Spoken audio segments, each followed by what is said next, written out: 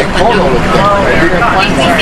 So I had to go one night back with Kerry Sands. And Felipe show up. Felipe show up. And Felipe was doing audio for me, for MS,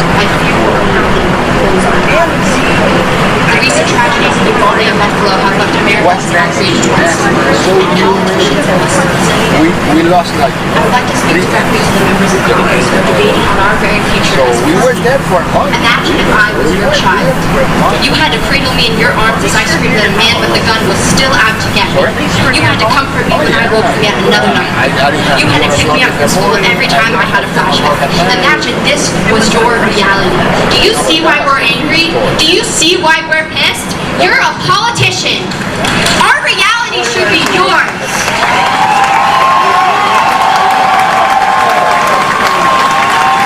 If you don't give a damn about us, then don't run on improving our lives. Your pockets are lined with dirty money, and Congress is drowning in the blood of our country's children.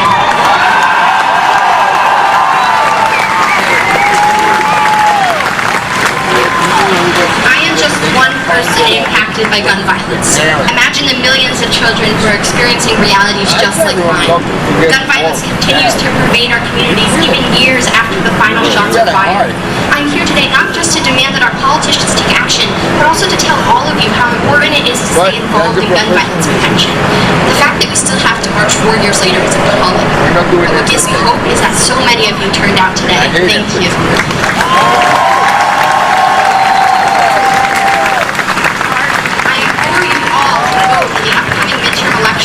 Common-sense gun reform candidates that are willing to vote in favor of a federal universal background check. It is not enough to implement reactionary measures after children are slaughtered. We must build the backbone of a future without gun violence, and we can only do this once we implement universal background checks.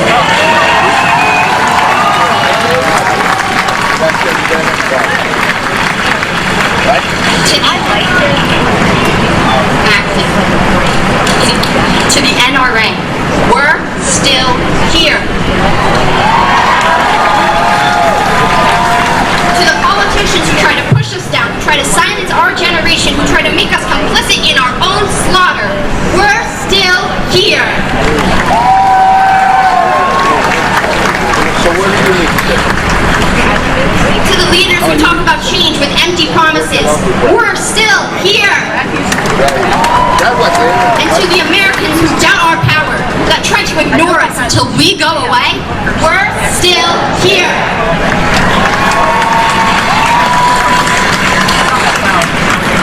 4 years later, we continue to fight.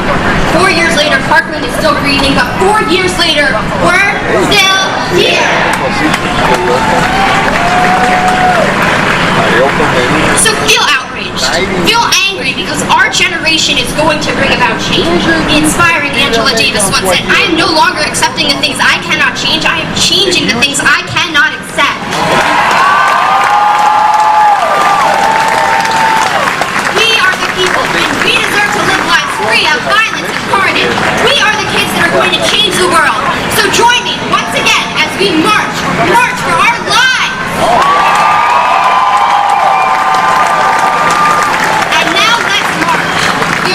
Student leaders lining up to your right, so follow us as we take a stand to march for our lives. Thank you.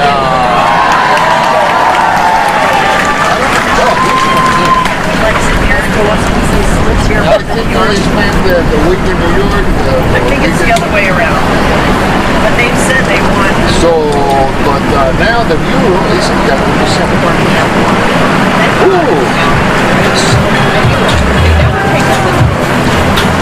Well, the week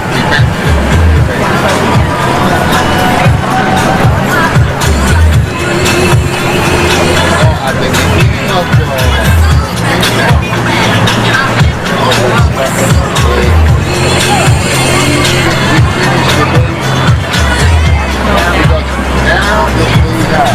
yeah, like I said,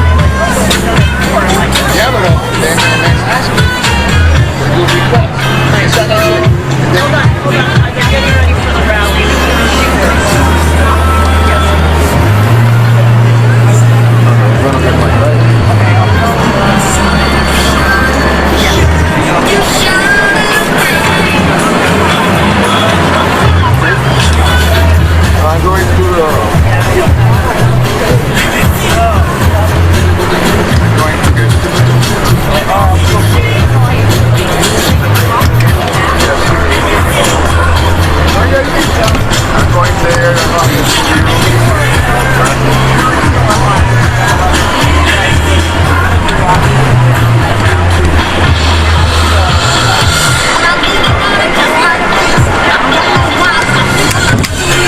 you need to put it in my bucket.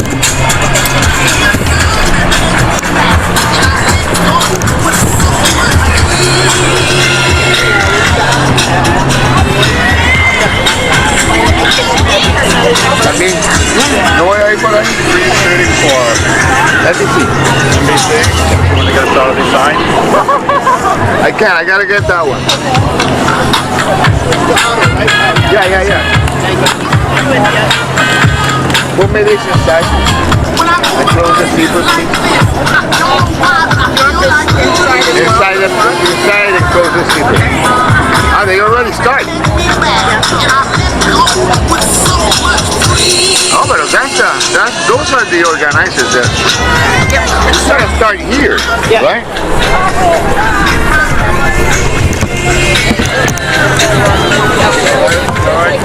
Yeah, sure.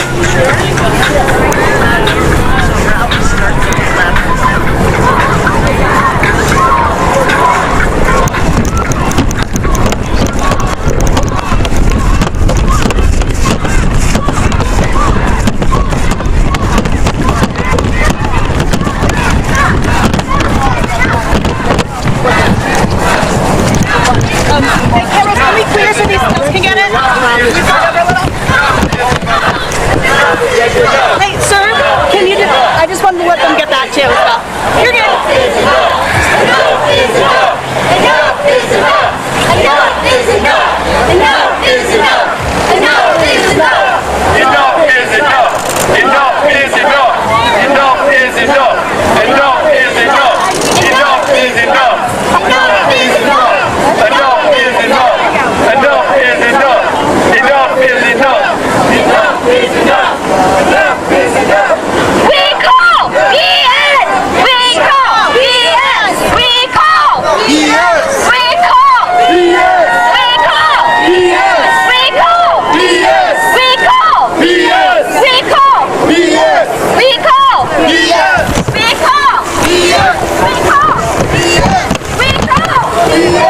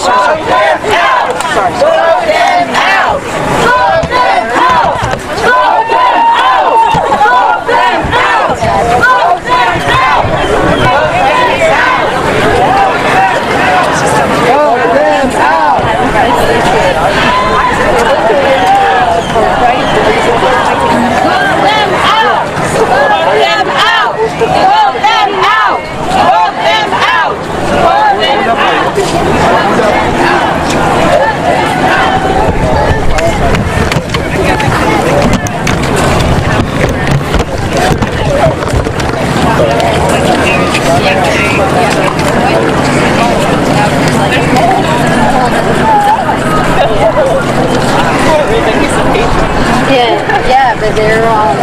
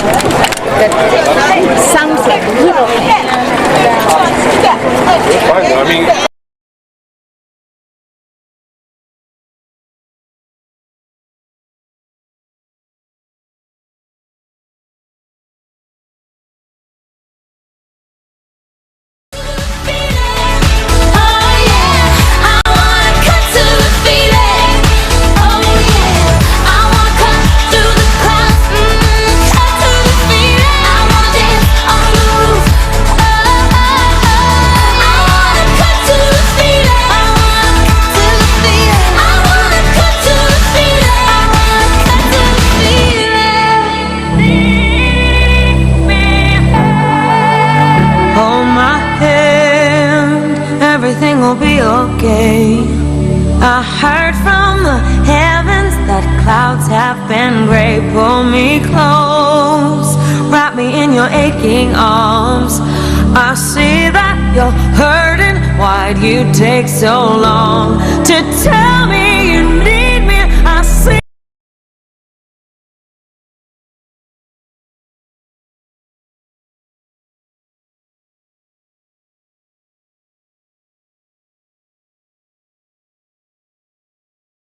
That I would never be the same. Although Parkland was not the first, and nor was it the last, it was my rude awakening into the gun violence epidemic in America. March for Our Lives has never been and never will be a mere moment to me. It has always been a movement. A movement where I not only found my voice, but learned how to turn pain into power.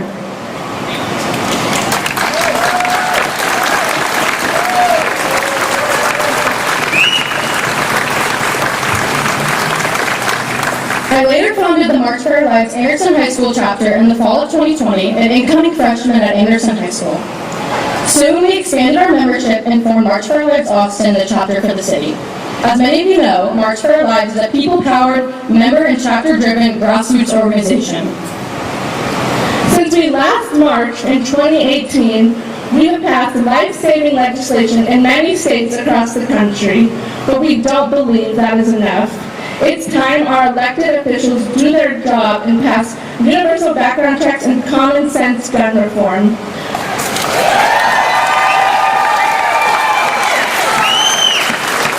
Greg Abbott needs to do more than call committees, especially when these committees exclude the representative who represent districts where mass shootings have happened.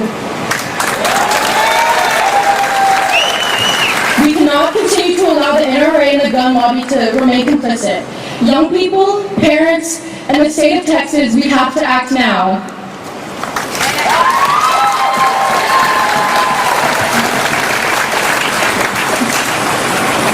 Before we introduce our speakers for today, we would be remiss if we did not thank the amazing organizers and volunteers who helped make this rally successful.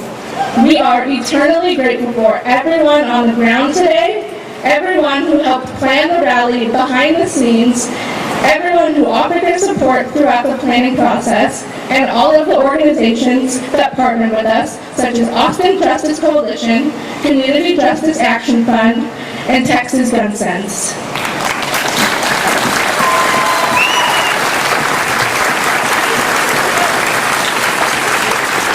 And thank you to any organization who has generously donated supplies. This could not have happened without you.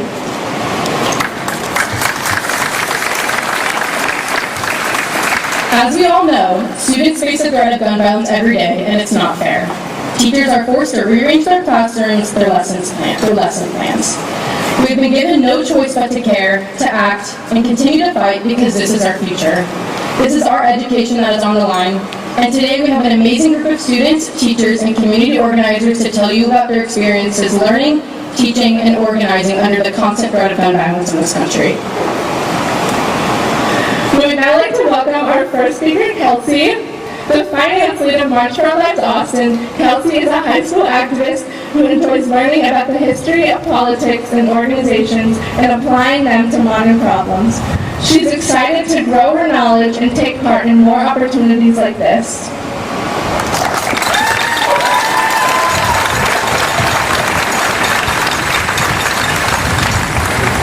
Hi everyone. Okay, so my name is Kelsey, and I will be a junior in high school this year. I've been very lucky to have a good high school experience, barring the pandemic. I learned to drive in the past year, practiced for 8 months before getting my license. I hung out with my friends a ton between getting dinner, going to Barton Springs, hanging out at Zilker, just late night drives, that sort of thing. I've had jobs where I've worked in the fast food industry, I've been a lifeguard, I've babysat, I've pet sat, and it's kind of been the quintessential idea of an American teenage experience. I've checked all the boxes. 9 years ago, a shooting occurred at Sandy Hook Elementary School in Connecticut. 20 children lost their lives that day, and all of them were in 1st grade. They would have been the same age that I am today. They did not get to experience growing up. They did not get to experience sports, clubs, friends, pets, and now high school in the way that I have. Their futures were robbed and their families were broken. They will not get to experience life in the way that I will. Since that day, schools have changed their protocols drastically.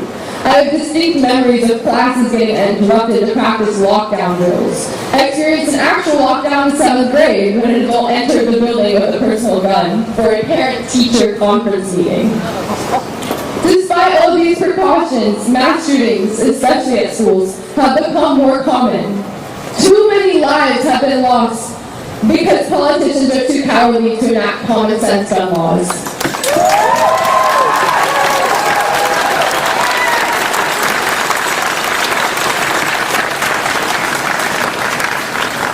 My grandparents are responsible gun owners and are very proud of it. Like many people in this country, they have a strong sense of belief in our Constitution, particularly the Second Amendment. However, many people tend to forget the actual terminology of the Second Amendment and latch onto the right to bear arms. The Second Amendment reads, a well-regulated militia, being necessary to the security of a free state, the right of the people to keep and bear arms shall not be infringed. It pertains directly to a well-regulated militia, and this makes sense as it was ratified in 1791 at the very end of a war. The Founding Fathers meant it in the context of another war, to prepare for an attack from the British. Our government at the time had no money and no national army. The citizens of the new United States of America were their army, which eventually changed as the national army we know today was established. In fact, the Second Amendment was actually written before bullets were even invented, and modern-day guns like AR-15s. The patriots that fought in the Revolutionary War were using muskets. They could not have dreamt of the war technology invented today, particularly assault-style weapons like AR-15s that need to be banned.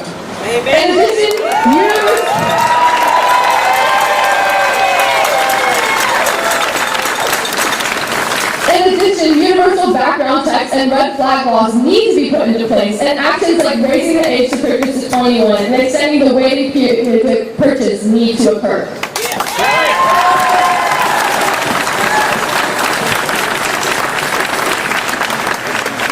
What happens 9 years from now, after another mass shooting, when another teenager stands up in front of you to call for change? When they call back to Uvalde to demonstrate that these tragedies have become a consistent and devastating part of American culture. I am tired of living in a world where people continue to lose their lives after senseless violence takes place. The United States is the only wealthy, developed country that doesn't restrict gun purchases, and it's long overdue for that to change, and we need to elect new leadership in this state that will fuel that change.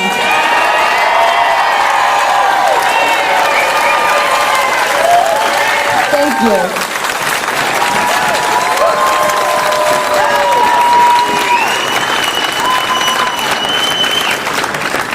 Thank you, Becky. That was amazing. I'm proud to welcome our next speaker, Jillian. She's an activist and recent graduate of both of our high schools, L.C. Anderson High School.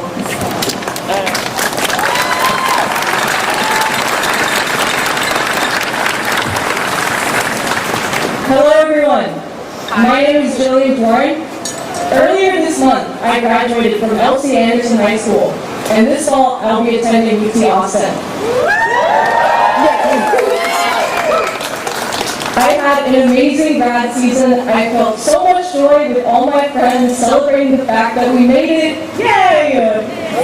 And amidst this joy, I've been feeling this weird unease. I live in a world where I survived high school has a quite literal double meaning.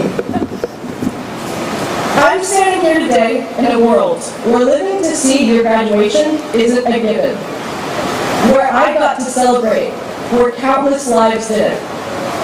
Walking across that stage is something that students at Parkland, Santa Fe, Roseburg, Sandy, Uvalde, and literally hundreds more will never experience. I remember every single day walking into the doors thinking, is today the day? It was never a matter of if, it was a matter of when. never felt safe at my school, and I'm not sure I ever will. I can only imagine countless students across the nation feel the exact same way. No matter how many security guards and AISD police were on campus, it didn't matter. Seeing armed police at my school every single day didn't make me feel at ease, because more guns at school is not the solution.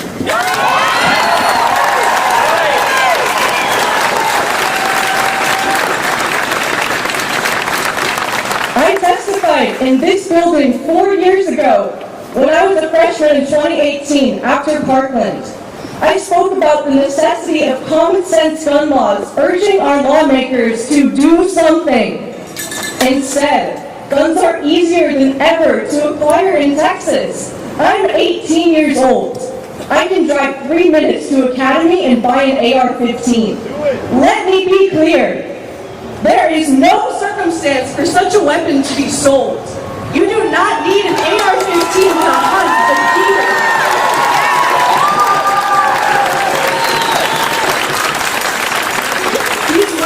Are solely designed to be killing machines. There is no circumstance for an assault rifle, period.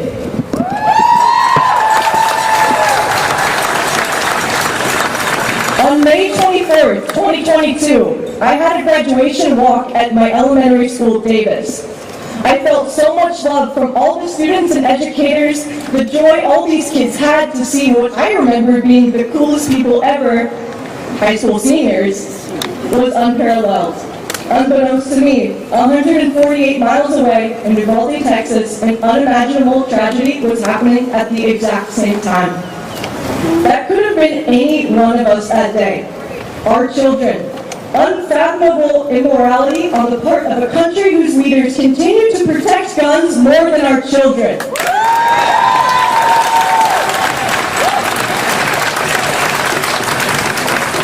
The time for change was before a single gunman walked into a school. There is no more time. Our students, parents, and educators should not have to live in a world where my uterus is more important than the safety of our children.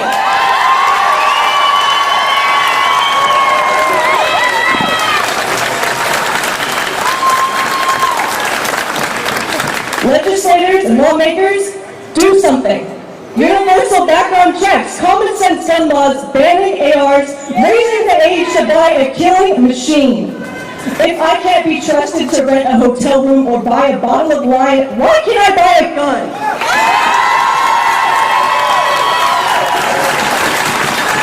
Is it because alcohol has a higher rate of death in adolescence? It doesn't, because firearm-related injuries are the #1 cause of death in this country for adolescents. I urge everyone here, vote. Everyone here needs to vote. We will not be silent. We will never stop fighting until every student in America can walk into school with only one thing on their minds: to learn.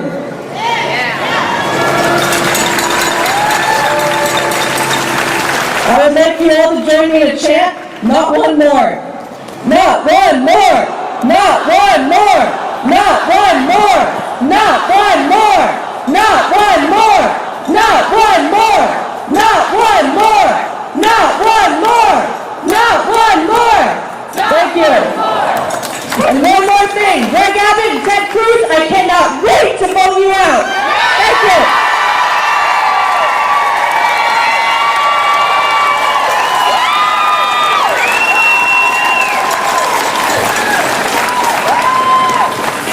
Thank you so much, Jillian.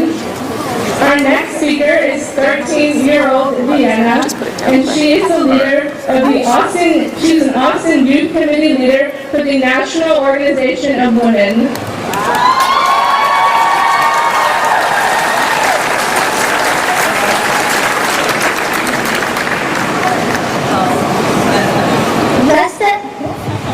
Less than 3 weeks ago, at the Uvalde Vigil, I was on these same steps, giving a speech.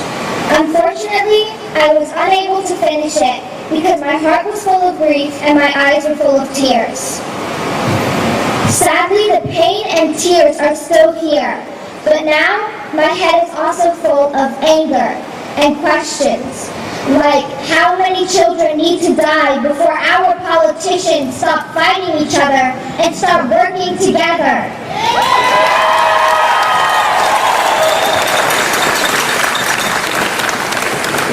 Why are more politicians scared of the backlash that they could get from the NRA than from school shootings?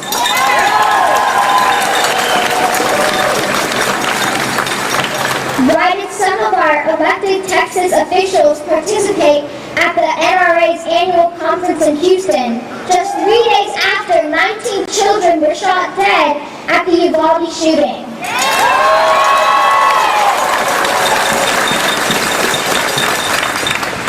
Why did State Representative Brian Sladen say he would fight to protect kids when referring to drag queens, but not fighting to protect kids when referring to real threats like school shootings?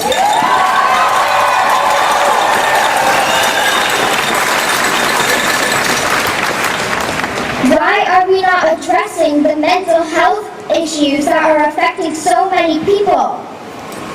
Why are kids like me worrying about getting shot at school when they should be worrying about normal kid stuff like their grades or a future test coming up?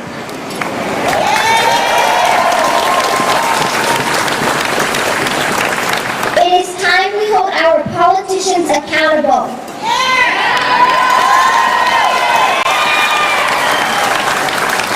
Our politicians cannot simply pray for the parents and children when they are the ones that allow murderers to purchase guns without any background checks, psychological evaluations, and training.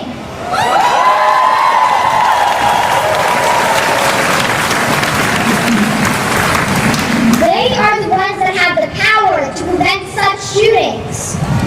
They are the ones that are really pulling the triggers.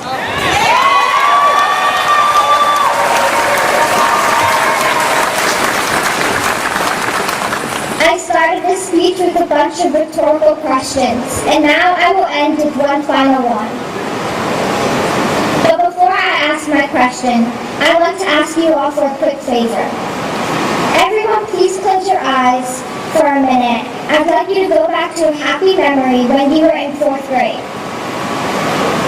Now imagine you as a 4th grader hiding under your desk, watching in horror as a person rips through your class with an assault rifle and starts shooting all of your classmates. Please open your eyes for my last question. If our local, state, and national politicians were in the 4th grade scenario I just described to you, do you think they would still be cowards by backing down to the gun lobbyists, or would they be fighting like hell to fix this problem? Thank you.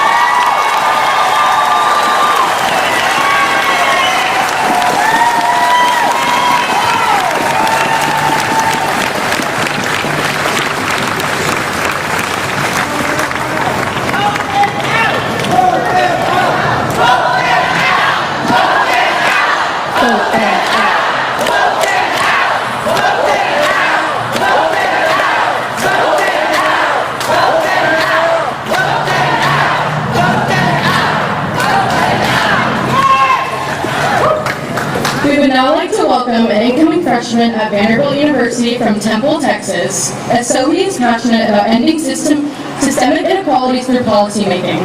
She was the president and founder of Belton High School's Black Student Union, as well as a former intern for the activism nonprofit Turn Up. Welcome, Sophie.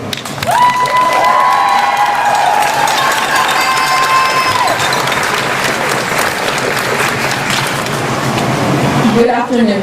My name is Asohe Abangai. I'm a recent high school graduate and an incoming freshman at Vanderbilt University.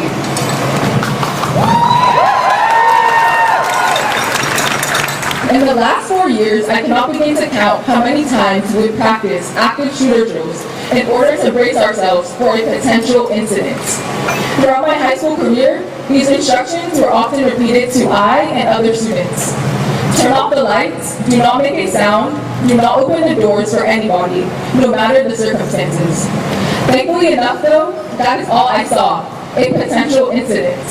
However, certain parents, friends, and grandparents do not have the same benefit of stating that their children or relatives are at school practicing such drills. Because the incident that was aimed to be prevented and prepared for is no longer potential. It is present and it has occurred. These drills were reinforced throughout my elementary, middle, and high school years in order to protect the staff, the students, and faculty within the buildings that hold them. Yet, they failed to bring an end to the senseless gun violence occurring throughout the nation. Our schools and country as a whole will be much safer when lawmakers decide that anyone and anything can be vulnerable to the threat of gun violence. Students, educators, and staff have experienced a multitude of distress and lasting trauma as a result of active shooter drills. It is time to take action to ensure we see a day where headlines after headlines do not show reports of another life lost as a result of the lax gun control in the U.S.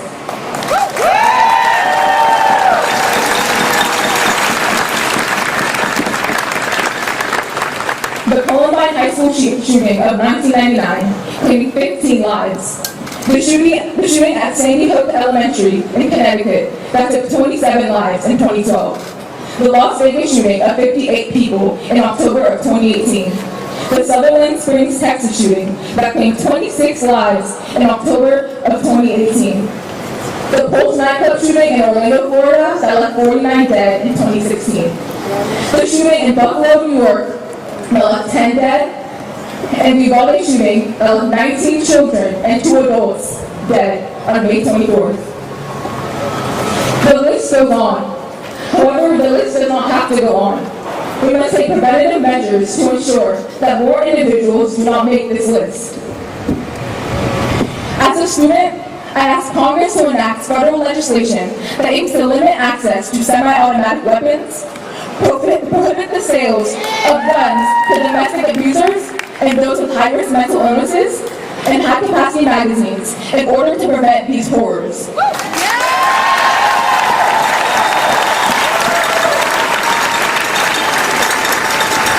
Across the nation, people like you and me can make a difference by voting in politicians who believe in legislative change regarding gun control.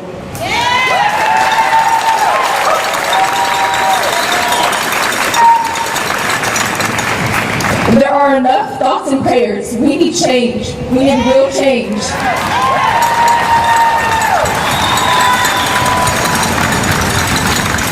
By advocating for universal background checks on semi-automatic weapons, establishing red flag laws, I believe that we, as a people and as a nation, can genuinely make a change. Thank you.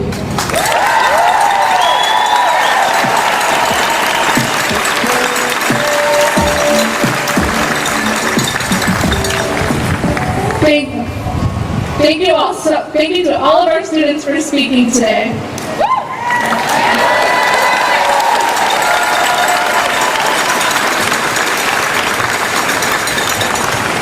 We'd just like to remind you, if you have a water bottle, you can throw away in the trash bags tied to the trash cans, and that you can register to vote with the League of Women Voters. You can find the League of Women Voters booth down the Great Walk in the middle and the back with the white tent. I would also like to thank, we have some policymakers here today. I would like to thank them for coming and supporting this movement.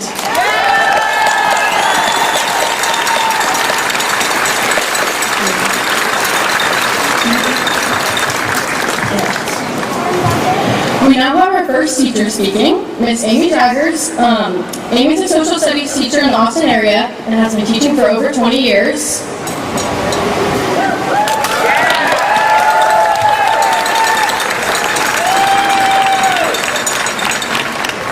Good morning. I've worked in AISD since 1997, either as a classroom teacher or a parent volunteer in my community.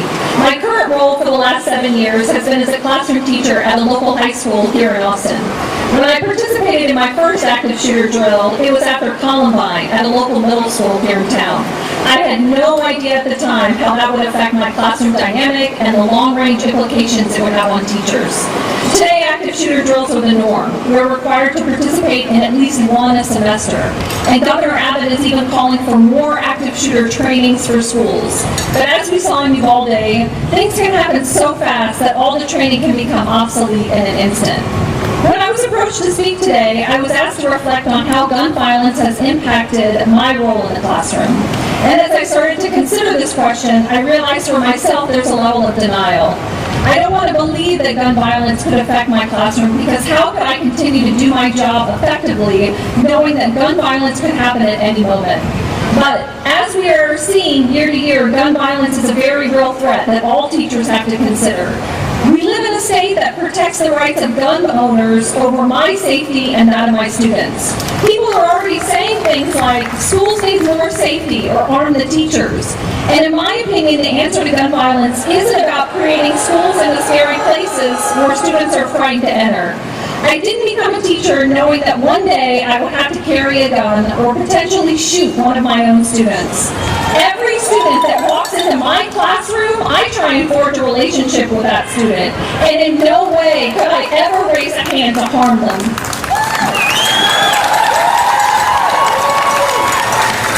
Hopefully our congressional leaders in Washington and here in Texas will see that now is the time for action. At what point do we say, now is the time to protect children and our teachers? But I fear that nothing will happen, and I'll start a new school year in August with the same thoughts I have every year teaching high school. How will I protect these students if something happens? What's going to be the best course of action if a shooter enters my classroom? Which students will even fit through my 2-foot wide window on the second floor building where I work if we need to leave in an emergency? Or which students am I going to have to be concerned might want to harm other students or themselves? How many more years will teachers have to ask themselves these questions before there is a change? How many more lives will have to be lost? Now is the time for change. Now is when we must demand our leaders to make change. Because otherwise, it's just going to keep getting worse. I wanted to end today with this post that really resonated with me, that I saw continually shared on social media after the Uvalde shootings, because I feel like it encapsulates the feelings all teachers across the country are feeling right now. The author was Angela Dominique Terrell, a former high school teacher in Louisiana. Every teacher you know has thought about it. Every teacher you know has a plan for an active shooter. Every teacher you know has weighed their point of fight or flight. Every teacher you know has walked into their room looking for blind spots. Every teacher you know has passed their classroom to see what it would look like from the outside. Every teacher you know has wondered how fast they can lock their classroom door. Every teacher you know has had to talk about the spread out or group together methods. Every teacher you know has gotten jumpy at least once at the sound of a fire alarm, unplanned announcement, or a screech from the quad. Every teacher you know has wondered if they could be in the way long enough to prevent damage. Every teacher you know has thought about how hard it would be to keep young people quiet. Every teacher you know has walked into a different classroom and noticed where the doors and windows are. Every teacher you know thinks it can happen, so they hope every day it doesn't. Every teacher you know. Thank you for listening today.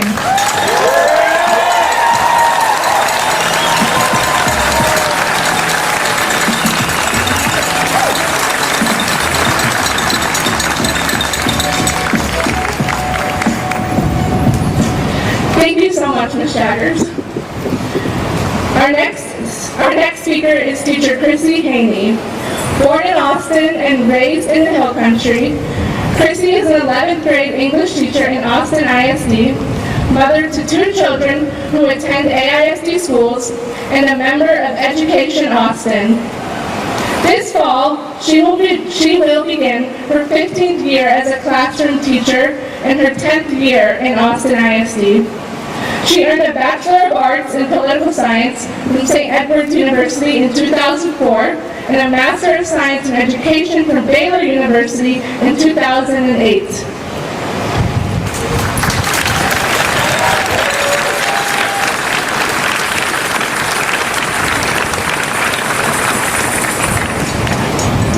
months from now, I will return to campus to set up my classroom for a new school year.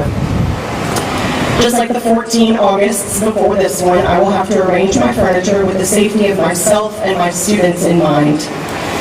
My desk has to be a subtle fortress for 30 11th graders to take refuge in the event of a shooting. My door must remain locked with a strike plate magnet in place. I have a bookshelf that's ready to slide into position in front of the door in case a gunman is able to get through the locked door. Not unlike a flight attendant, I will briefly explain all these safety features to my students on the first day of school. I will ask for volunteers willing to help shut down the classroom in the case of an emergency. Over the course of the year, we will be expected to interrupt our school day to conduct lockdown drills to show the children what it will feel like to be hunted by a gunman intent on murdering them. When the announcement is made, we'll spring into action.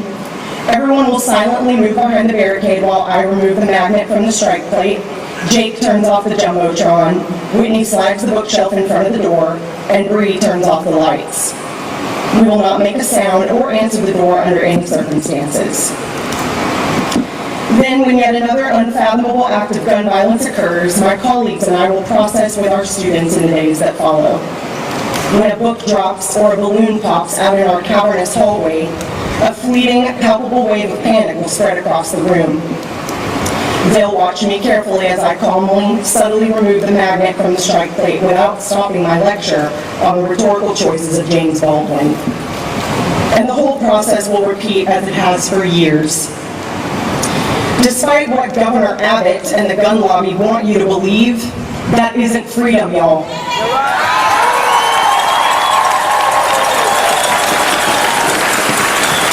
These drills are neither age-appropriate nor trauma-informed, and data shows that they are detrimental to the mental and behavioral well-being of children and teachers. Last Saturday, at an Education Austin Town Hall meeting, I heard an elementary teacher express concern that the automatic toilet flushes repeatedly where students are hiding in the bathroom during drills. Really? What messages are we sending our children? The same Texas lawmakers who bemoaned taking simple precautions to stop a deadly virus are perfectly content to project their fear of some invisible boogeyman onto young children. They used SB 3 to censor teachers and stop the teaching of historical facts, while simultaneously expanding gun rights. They would deny women access to reproductive health care under the guise of protecting life, while making it easier for men in crisis to access weapons designed to kill living human beings.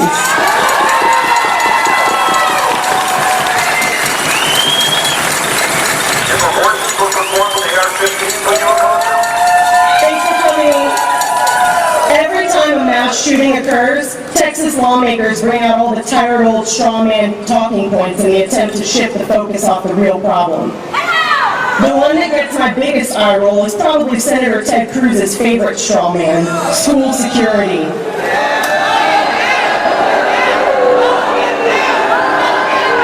Vote him out, yes.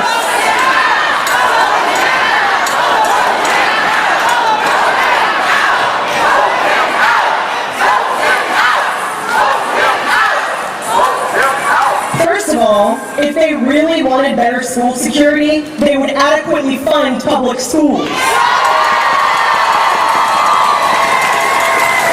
But they don't, and they won't. Moreover, if non-educators want to suggest beefing up security in schools, they better have some hard data proving the effectiveness of more officers stationed at campuses. As of now, that's not the case. We know how the officers in Parkland and Uvalde handle their emergencies. I don't say that to disparage those officers. Nevertheless, the fact remains that the data doesn't support more security as a solution or even a deterrent.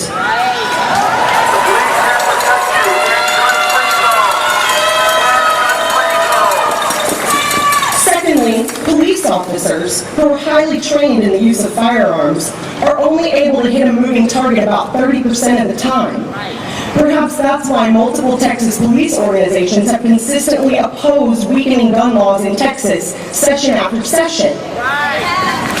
Texas Texas lawmakers love to talk about back the badge and Blue Lives Matter, yet law enforcement officials are ignored when they express a professional opinion that conflicts with the gun lobby. Last session, when speaking in opposition to legislation that would allow permitless carry in Texas, a representative from the Houston Police Officers Union said, and I quote, "We're just concerned because anytime there's more guns, there's a problem." He's right. Data shows that states with weaker gun laws have higher rates of gun violence, which should come as a surprise to no one. Turning our schools into prisons isn't the answer, y'all.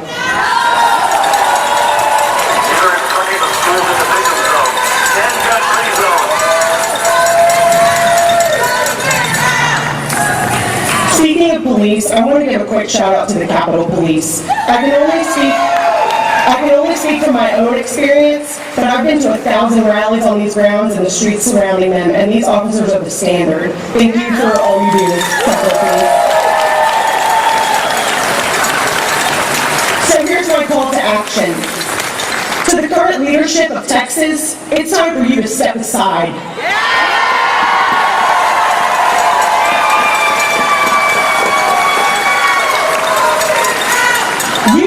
Chance to lead Texas into the future, and you've blown it time and again. Governor Abbott, you and your ilk have botched and mismanaged crisis after deadly crisis in this state, including, but certainly not limited to, a historic snowstorm and multiple mass shootings, resulting in hundreds of preventable deaths of innocent Texans.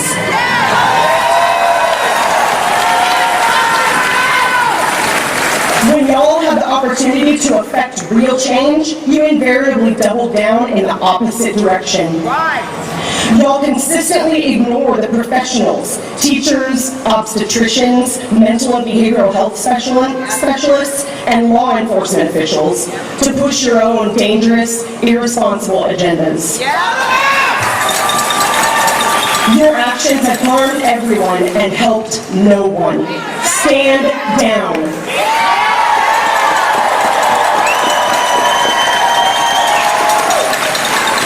To the mental and behavioral health experts, law enforcement officials, and my fellow educators, it's time for us, the professionals, to combine forces, draft legislation, and make real change happen.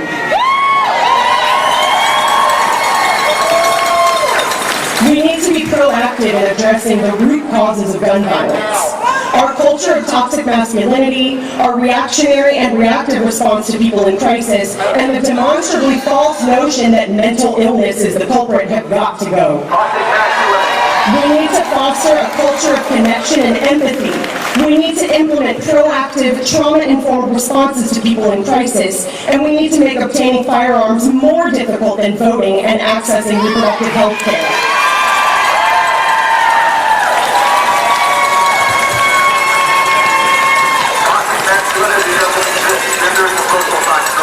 To my fellow Americans and Texans, you have inherited a sacred right and duty that is more powerful than any weapon, and that is your vote. Next spring, the Texas legislature will have yet another opportunity to take action that has proven to decrease gun violence. Register to vote, get to the polls in November, and use your power to assign some real leaders to govern this state and this nation.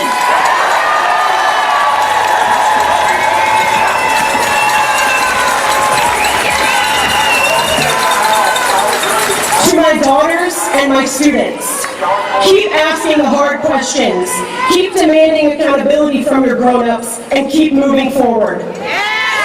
Look at the facts and make your own conclusions. If you need me, I'll be near. Thank y'all.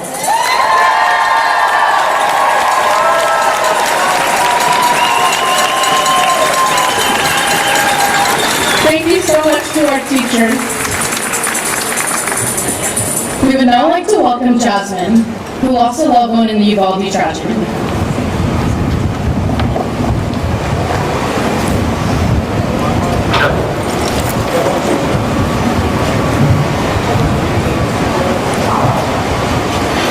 Good morning, everyone.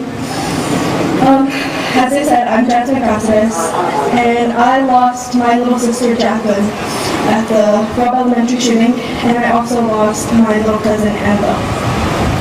I didn't prepare anything. I wasn't supposed to speak today, but of course I am. On the morning of the 24th, I usually run into my sister in the restroom. We usually bump into each other, brushing our teeth. But I woke up a little late that day, so I didn't see her. I forgot to say good morning. And I think that's going to haunt me for the rest of my life. Then, later at school, I got a call that there was a shooter on her campus. But I also heard, allegedly, there was one at mine too. So, while I was fearing for my own life, I didn't know that my sister had lost hers. I am unbelievably angry, but I'm not going to turn my anger into hate. I'm going to channel that anger, and I'm going to create some real change.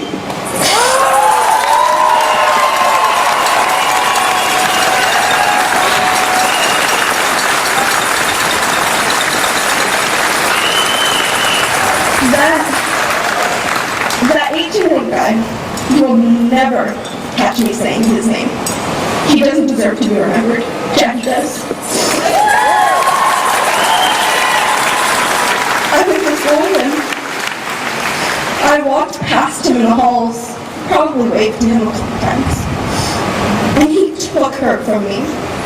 He took her friends, my cousins. That weekend, we were gonna practice for auditions for our Summer Fine Arts Academy. She wanted to be Chip in Beauty and the Beast, and of course I wanted to be Belle.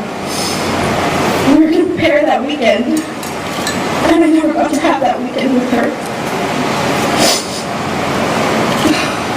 I have no way to express how I feel, the hurt I feel, and the hurt everybody in Uvalde feels. 19 kids, 19 families, not just me. I'm doing this for you, sister. If you can see me, I'm doing this for you. You will be remembered. I promise you.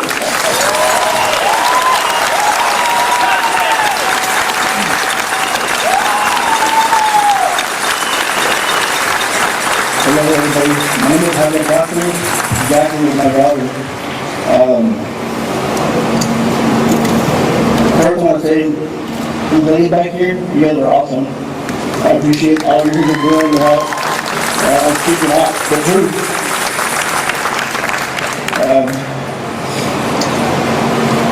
The day after the shooting, we had a press conference with Governor Abbott. He said that he gave $500 million to school safeties. When you divide that by 9,000, 10,000 schools in Texas, you're only getting like 55,000 per campus or district. Is that enough? Hell no. How do you know? Another thing he said, they haven't had a change these gun laws in the past 60 years because there hasn't really been a reason to. Are you freaking kidding me? That was his words. You might have seen it on the press conference, maybe not, but that's what he said. And that's BS. Enough is enough. So my daughter said, we're here to represent my daughter and her friends. The two teachers passed away. I promised my daughter, in the hospital, that we were going to fight, and we're going to keep on fighting until something is done. Again, enough is enough. Thank you guys.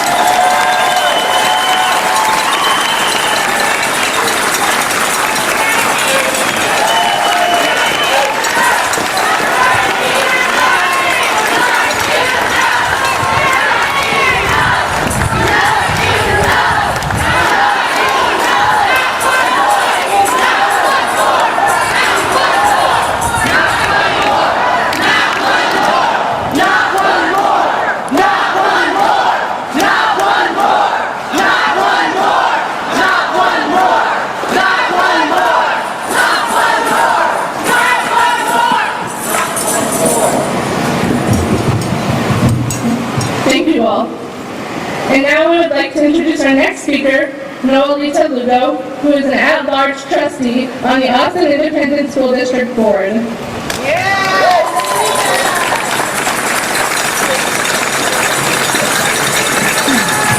Oh my gosh. So I didn't write anything, but there are some things that I hope to leave with you. Before I start with my talk, I want to thank the young people who put this together. I want to thank the family for being here and for speaking their truth and for speaking their power.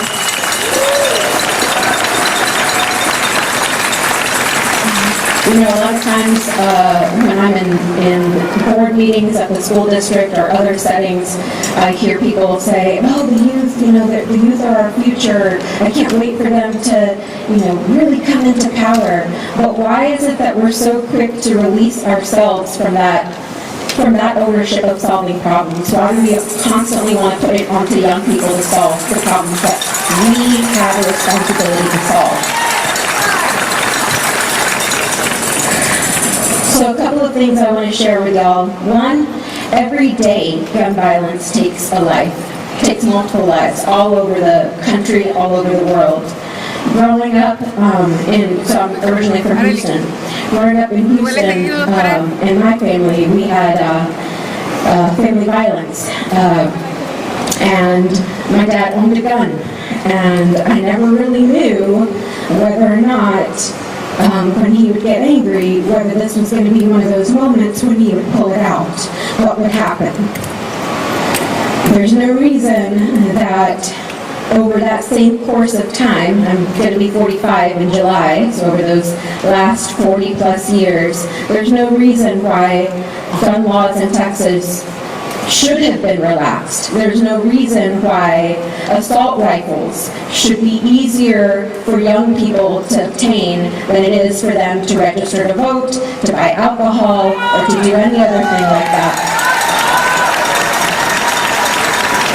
So when I think about gun safety, when I think about responsible gun ownership, I also think about my dad. I think about the lives that are lost every day from accidental shootings, toddlers getting a hold of guns from their mom's purse, kids getting a hold of guns inside their home and accidentally shooting a sibling. These are the things that we don't often hear about but happen every single day. So, what's the call to action? We already know we need to vote the hell out of these people. We need them off of their seats. They're not leaders. They're more concerned with following the dollars than doing the right thing. The other call to action, and this may seem a little obscure, but the other call to action is, I promise you, every school district, every school board, I beg you to pay attention to who sits on your school board. Our positions are elected, but they're volunteer, which often means that it's the most privileged of us who get to run. I have the privilege and the honor to have the weight of the responsibility to be one of 9 school board members here in Austin, and in fact one of 2 of the at-large school board trustees. So you may be thinking, what does that have to do with gun safety? A lot, because it's the school boards that set the vision and the strategic plan for the school district. It's the board that passes budgets. And yes, do we not have enough funds in our school district? Absolutely. Is that by design? Hell yeah. The leaders inside the Capitol don't want us to have enough funds. They'd rather promote vouchers and other profit-making alternatives. So what does the school district and the school board have to do with gun safety? We have an obligation to get information out to families, and there are districts, including our own, who are doing just that in partnership with community organizations, getting gun locks out to families, getting gun safety out to families, gun safety information out to families, I mean. But the other piece is, are we going to have school boards that agree that we should harden schools? Are we going to have school boards that agree that we should arm teachers with guns rather than support and services and books and supplies? Do we want school boards that will do the bidding of this twisted ass leadership that's been in power for decades? Or do we want school boards who are willing to do the right thing and push back? Do we want school boards that will invest in mental health services for students, for parents, for teachers? So I beg you, please, if you're in Austin, tune in to what's happening on the school board and in your school district and at your campus level. If you're not from Austin, please go back and find out who's your trustee, what do they do? Go and find out and then grill the hell out of the candidates that are going to be asking for your vote this November, because we cannot afford to continue to vote people in who care nothing about children's lives and care more about the cash in their pockets. Thank you.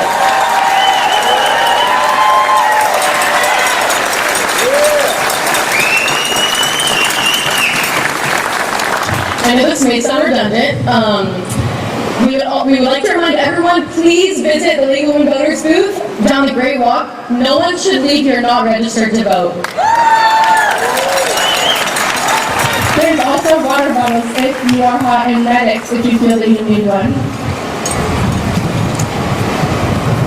Gun violence prevention is obviously a daunting task to take on in the United States. It is something that must involve not only students, but organizers and community members.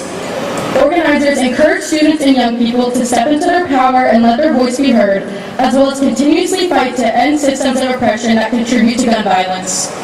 They conquer the unbearable every day, continuously working to make the Austin community and world a better place. We will now hear from some experienced organizers Shana and I have gotten the utmost privilege and honor of working with.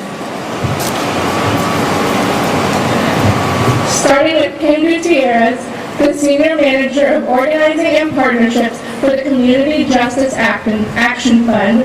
She's a first-generation Chicano bilingual community organizer who believes in the power of relationship building to catalyze grassroots movements. Throughout her career, she has worked to strengthen the leadership of Black and Latinx parents in Washington, D.C. and build a more equitable education system.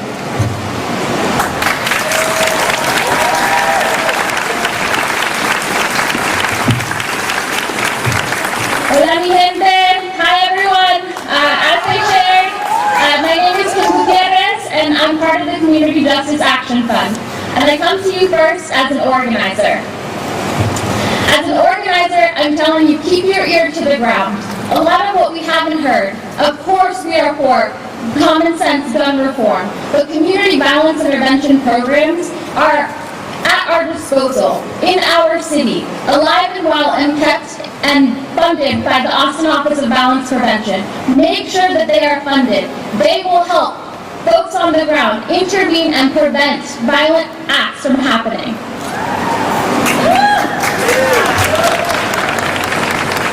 I come to you next as a sister, as a Latina, as someone that grew up in a city that looks just like this one. My sister graduated high school this week. She graduated high school, and before she did so, attended her first funeral. Her first love was shot and killed. One of those wrong place, wrong time. Jojo Lopez wasn't able to be at high school. He was not. He was robbed of a childhood. Just like so many tragic mass shootings that we see here in Texas and nationwide. To that I say, Santa Fe, no more silence. El Paso, no more silence. Odessa, no more silence. Buffalo, no more silence. Uvalde, no more silence. We need to act. We need to vote. We need to fund community violence intervention programs. We know this gun violence crisis affects us every day and more touches all of our lives, especially our children. I'm heartbroken. I'm angry, just like so many of you. And I'm grateful that all of you have shown up to meet the moment. We've encouraged you to vote. Tell your loved ones to vote. Make our voices heard. No more children. No more silence. No more children. No more silence.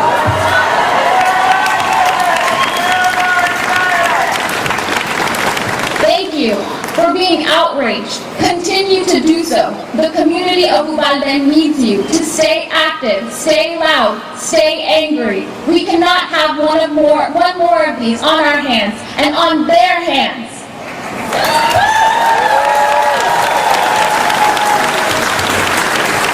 Thank you. And as the community of Uvalde says, and so proudly wears on their shirts, wear and keep Uvalde strong.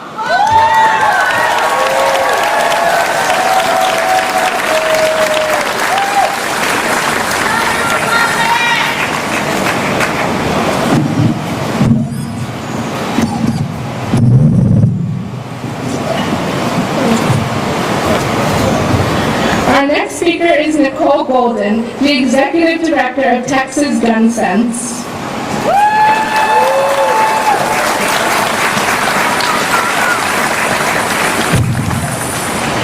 Hi, you guys first, we need to give a shout out to the students who in their last week of school witnessed the unspeakable shooting of 19 young children and 2 educators and have from immediately into the first weeks of their summer vacation spraying into action to bring us here today in their grief and in their anger. It's a heavy lift, and my deepest care for the family from Uvalde who opened their broken hearts to us today. We will keep fighting in honor of your loved ones. I lead Texas Gun Sense, the only statewide gun violence prevention nonprofit organization founded here in Texas. We fight for and with you in this building every single day. It is an uphill climb. It forces you to redefine what success looks like and to keep chipping away in the face of unacceptable failures of leadership. But we will never stop.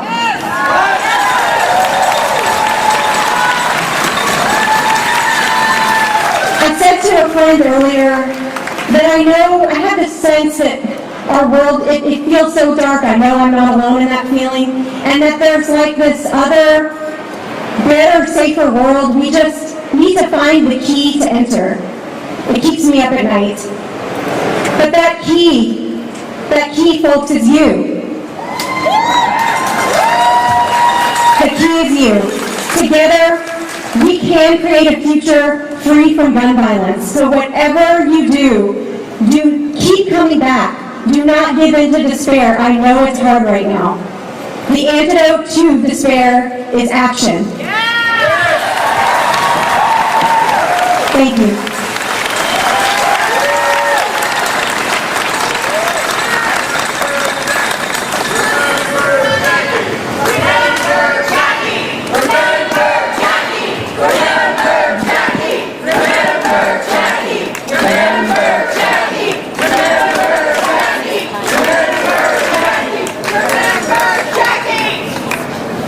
Now we'll hear from our last speaker.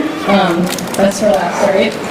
Chaz is an acclaimed activist and community organizer who has dedicated his life to helping Black, Indigenous, and people of color, impoverished communities, and those that suffer the brunt of systemic institutional oppressions.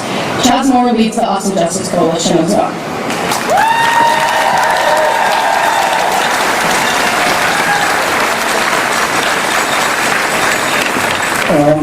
Good morning. That was said back. I'm going to ask you to do a couple of things. I'm going to say some things and then we're all going to go home. The first thing I'm going to ask you to do, if you don't mind, is to step out of the shade and come into the sun. Because we're talking about change that's going to cause us to get a little bit uncomfortable. So I'm going to ask you to come up with this. You keep coming as far as you can. Because I think that's part of the problem, right? We say we want change, we say we want things to be different, but we still sit in these little comfort zones that don't really push us to the limits that we need to go. And also, just to close the gap, just because we're up here speaking, doesn't make us any more different than anybody that's out here. Like, we're all community, we're all in this together. Yes, we're here today to present some ideas and talk about some things, but we're all in this fight together. So we really have to break up this idea that the people up there or the people that sit in this building are any different than any one of us. This is also part of the problem. First thing I want to do is I want to give a huge shout out to these young folks that put this together.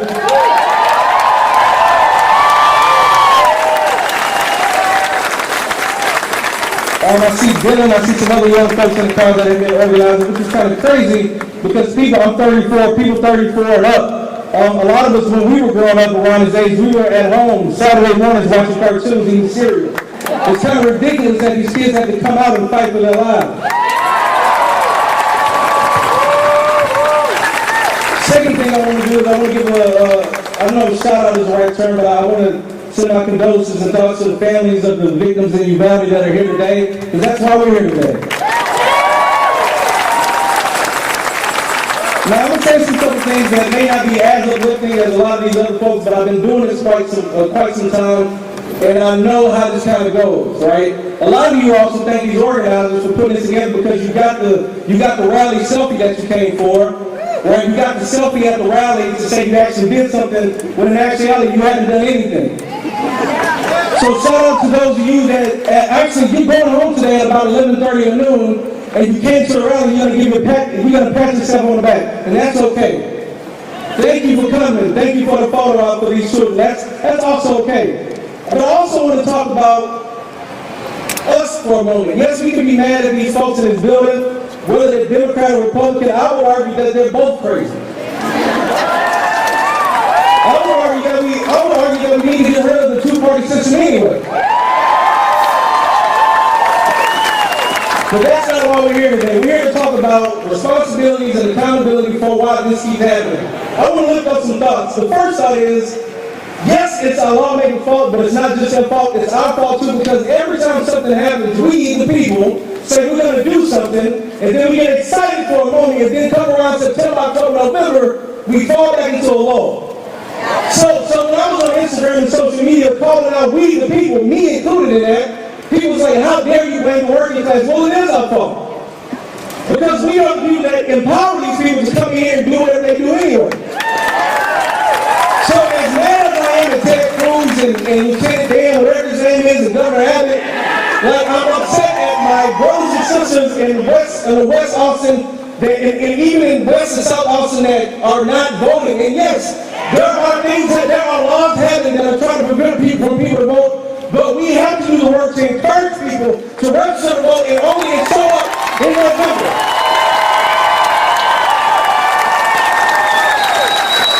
So I hear a lot of you say, Greg Abbott has got to go. But if you say that here today, on June 11th, but you don't vote in November, then don't come talk to me after the rally.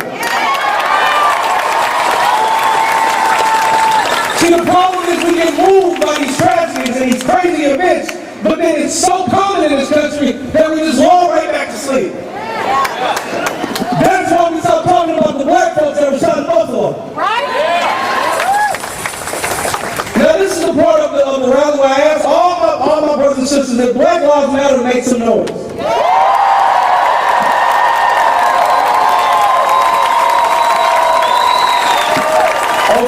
Okay, and then this is the part where I have to kind of juxtapose that with the fact, if Black Lives Matter, then there really should be no debate about what we do with guns in this country. I'm going to give you a fact. This is not my opinion. This is the fact that you can go look up on Beyonce's internet.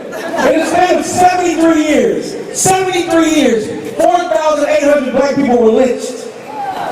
73 years, 4,800 black people were lynched. In the span of 19 years, 93,000 black people were killed due to gun violence.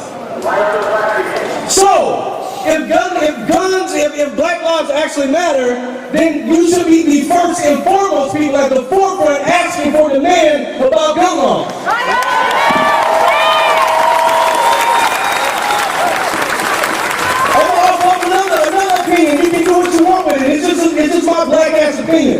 Well, a lot of us have to think, well, what about the good guys with guns? What about the good guys, the heroes with guns? Well, when it was a time for the good guys with guns to show up in Uvalde, they stayed silent.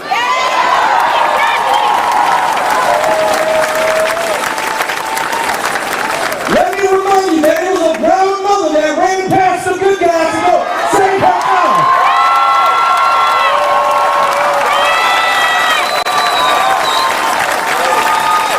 And then if we're talking about the good guys with guns, let's keep in mind that the good guys with guns seem to do an awful lot of patrolling and killing with those guns on black and brown unarmed bodies. So let's not forget that gun violence is a racial justice issue. At some point we have to stop showing up based on the issues and start showing up for one another. I would also argue that gun protection laws don't really go for women. Because I'm reminded about a woman that was down in Florida that was trying to shoot her attacker in a state in brown state. She went to jail. So who does gun protection laws really abide by? Who are they actually for? White men! White men! I'm going to give you some more facts that you can go look up on your own internet. You don't have to believe me. There are only 3 countries in the world that have constitutional gun rights. Mexico, Honduras, and America. 3 countries. And guess what? All 3 of these countries are in the top 10 countries that have the most gun violence and causes of gun death.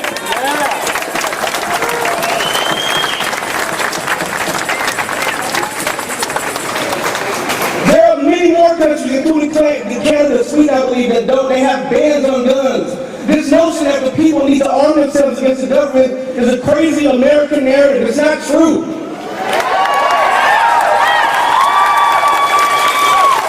And I make that argument, and I'm saying that nobody needs guns.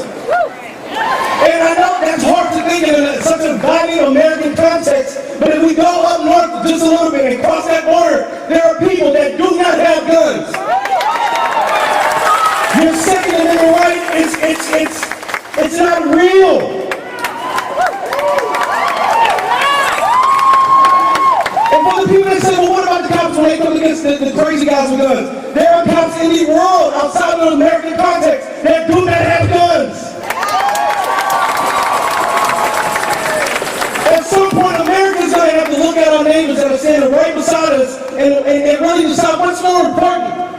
This outdated Constitution that doesn't even apply to everybody. The Constitution doesn't really include black and brown folks. It doesn't include people that are incarcerated. It barely includes women.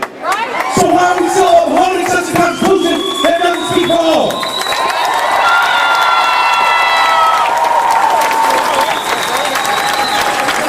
This argument so angry, never just lawmakers. These lawmakers are only as powerful as we allow them to be. It's we the people. At some point, we the people are going to decide, really, like this chant we've been saying, enough is really enough. And I can argue that it's probably not.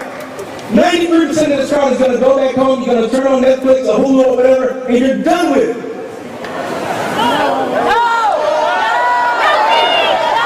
Even right now, there are people over here arguing with the 2 idiots that came out. You see, like, we allow so many things to like distract us from what's really important. A couple more things and then I'm going home because I'm hot.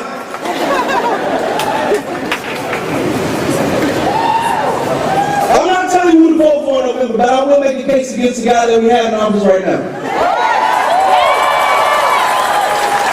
He has shown us time and time again that he doesn't listen to everyday Texans.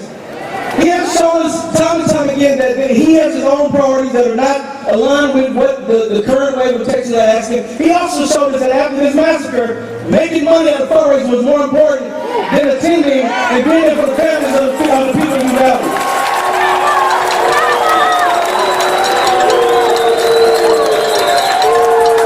Again, I'm not telling you who to vote for, but Greg Abbott has got to go.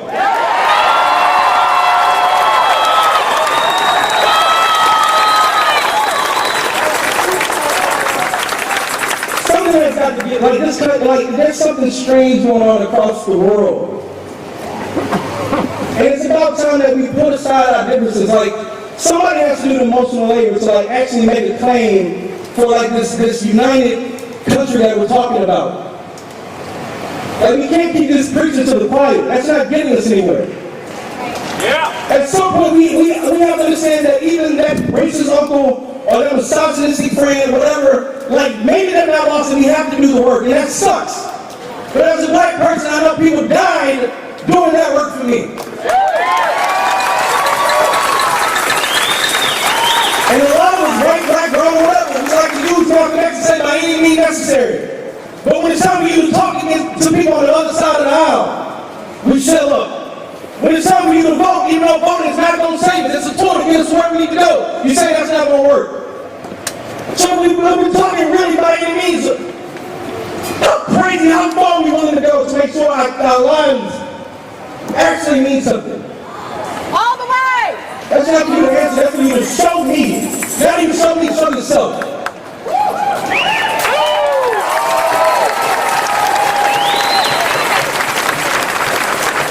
Things that go home. And I thank you for standing in the sun with me. You know why this is important? This means right now in this moment we're deciding to struggle together.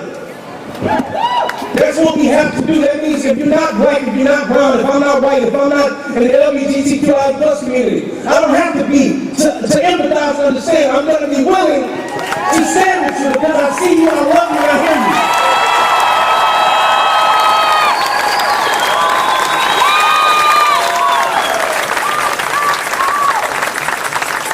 And the thing is, the reason we have to start listening to black and brown communities, we have been talking about gun violence for a very long time.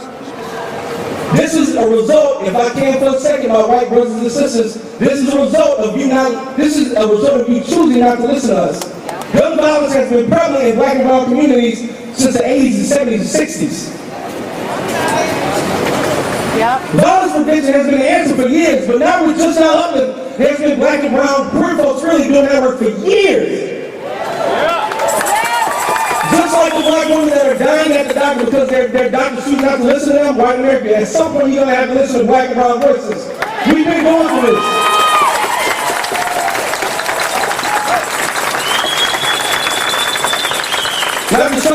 Not trying to sound divisive. Sandy Hook tragedy, just like any Columbine tragedy, just like anything else. This happens every day in black and brown communities. We've been saying we have to do something. Something has to give.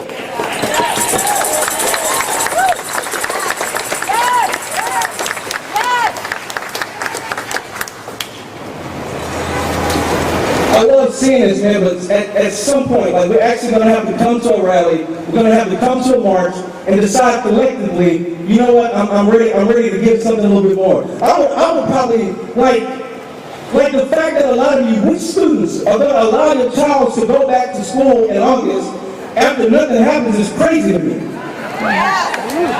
Like, at some point, we're going to have to get radical, not radical in the sense of guns and burning up shit, radical in the sense of, like, we're going to have to, like, get creative in how we deploy our power as people. Here's an idea, and I don't have kids. I'm not saying this has to be the thing. How about we, the community, create space for people with kids to not have their kids go back to school until something actually happens.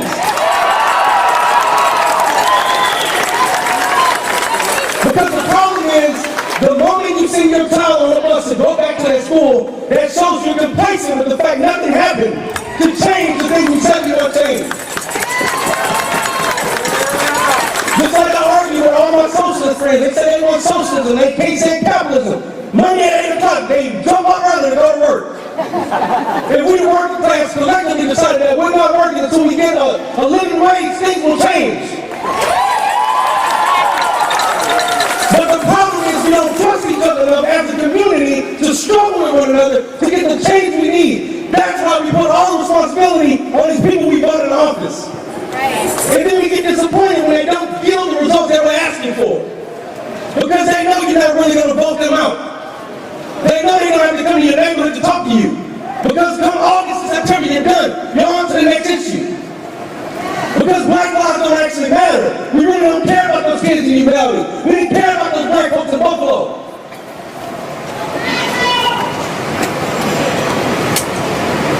So at some some point, something is going to have to give. We're going to have to get serious about organizing into not demanding change, taking change.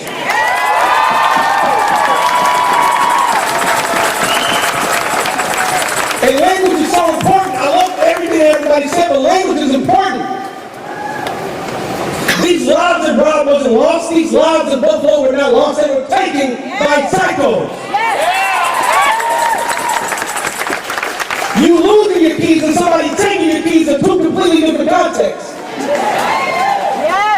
These kids were robbed of the opportunity to have quinceañeras. They were robbed of the opportunity to go to dances and go to proms. That was not lost, that was taken. That was taken from them because we're not taking the steps needed to bring about true change. So we can whine and complain to these legislators all day, but it's us that are allowing them to sit in these seats of power. So it's blood on their hands, but it's absolutely blood on ours too. It's blood, and it is blood on our beds that we sleep in as these tragedies continue to happen. It's blood on the hands of you that criticize every organizer and every group because they're not doing the thing that you're too afraid to do. The one thing we know we can do if you do it right is vote people out. And some of you are so self-righteous that you sit and say that's not the answer. Well, tell me what it is.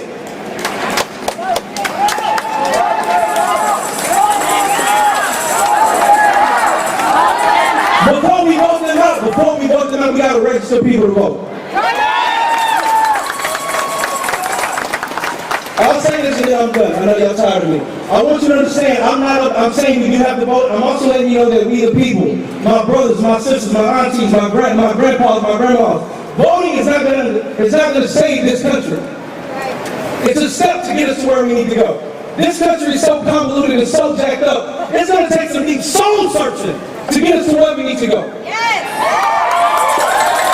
Ain't no policy, no legislation, no politician do that for us.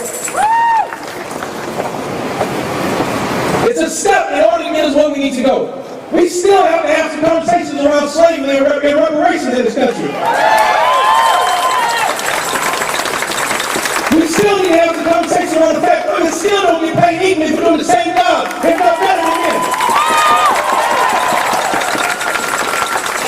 We need to talk about how you got a Black Lives Matter sign in the yard of the house that's gentrified the east side. Policy can't do that for us. We're going to have to do some soul searching to get to that more perfect union that they so eloquently wrote about. We're going to have to start thinking outside of the box that they have given us. Because we the people does not include all people. I don't have to talk about maybe we need to rewrite the Constitution. But in order to do that, some of you, my white brothers, mainly my white brothers and white people in general, you're going to have to give up some of that power and that privilege. Because even if you don't use it, you benefit from it. And that's okay, because as a man, even though I'm a black man, as a man, I benefit from privilege that some of my lady counterparts and my queer counterparts can't benefit from. Equity is the word of the day, absolutely. We have to actually practice it. I know I've said some things and you scratch your head and you want to ask me some questions. Do not come talk to me because I don't have the answers. I just know that we have to be serious about this. This is a moment actually to not even change the Texas blue. Yes, that's important. We need to change Texas righteous. Let's have some righteous people that actually give a shit about us in this building.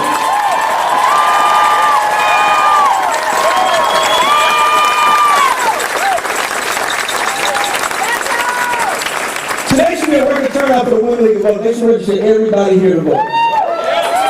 Your Starbucks coffee, your child's soccer game, that can wait.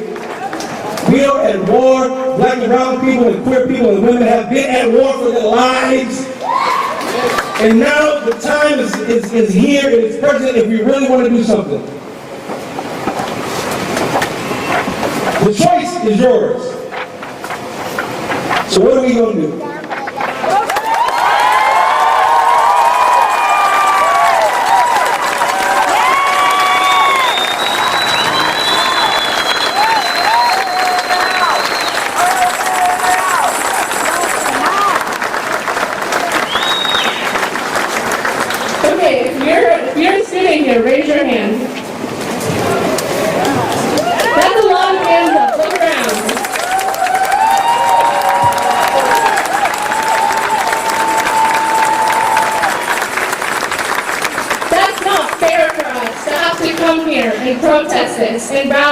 against this. We deserve better.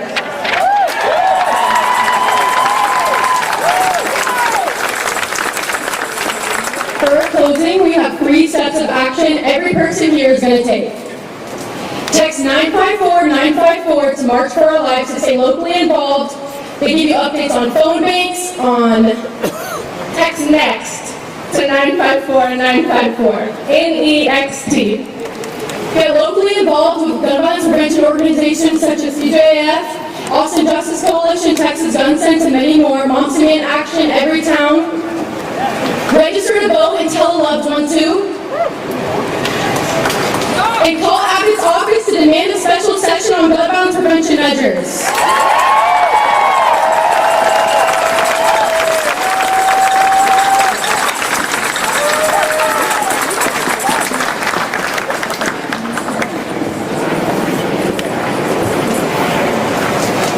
Everyone for joining us. Please pick up your trash. Put it in the trash bags and the trash cans. There's a couple around the back. Exit safely, be kind to one another, and register to vote. And remember, today is the start of a movement. This is not just a moment. Yes! Thank you!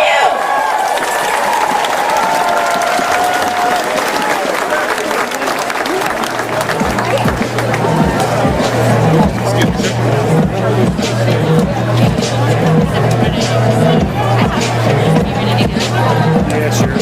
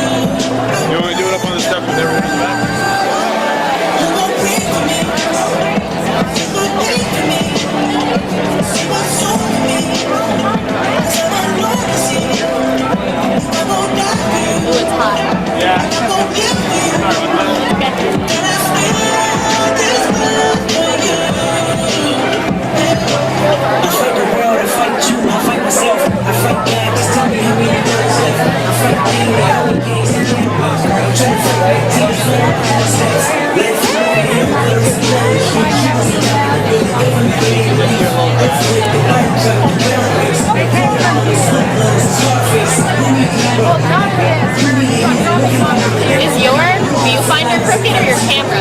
I'm sorry? Is your viewfinder crooked or your camera? Viewfinder.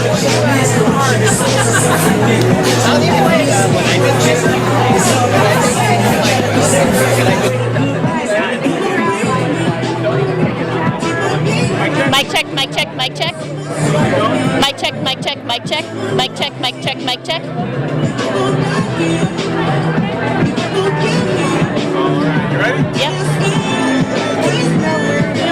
3, 2, 1. 100 showed up here at the Texas State Capitol just roughly 3 hours from where 19 students and 2 teachers lost their lives in Uvalde. Okay.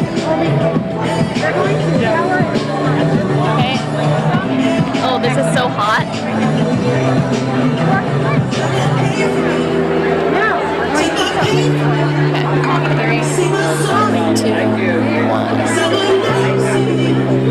While we tend to see counter-protesters at some of these gun... You got this.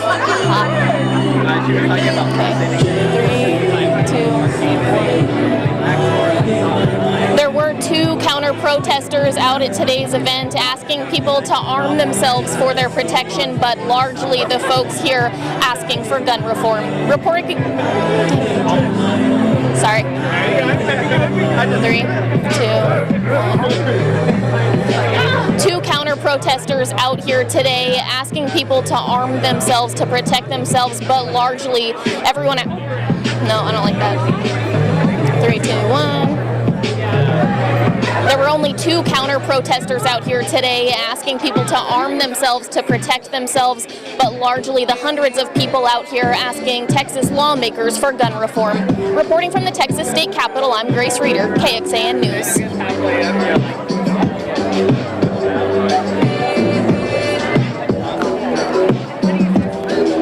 I was so expecting KOB more. No. Am I good to tear down? Yeah, I need to do one for News Nation without the flag. Oh, it's in the bag. That's okay, I'll just do it without the KXAN flag. Okay, that's fine.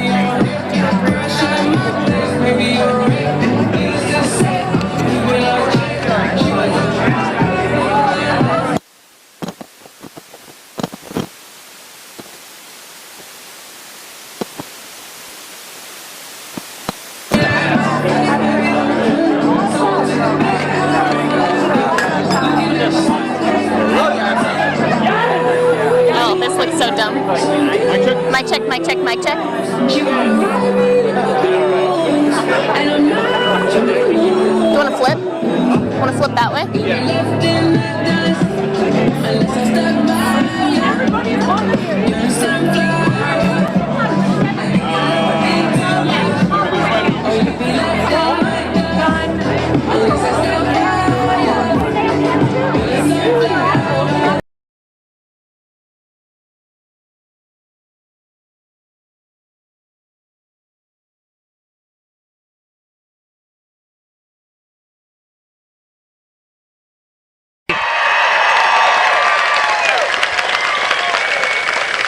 But unfortunately, common sense ain't that common in the Senate. We represent the American majority, and we can't let anybody forget it. I want now to ask you, just like Addison did, don't stop fighting. When I look in the faces of our young people, we were here just a short time ago marching for our lives. And I know that the solution lies with you. You must keep marching, keep fighting, keep voting, and demanding action now. Now I have the honor of bringing up a young man, a graduate of Banneker Senior High School right here in Washington, D.C., a District of Columbia public school.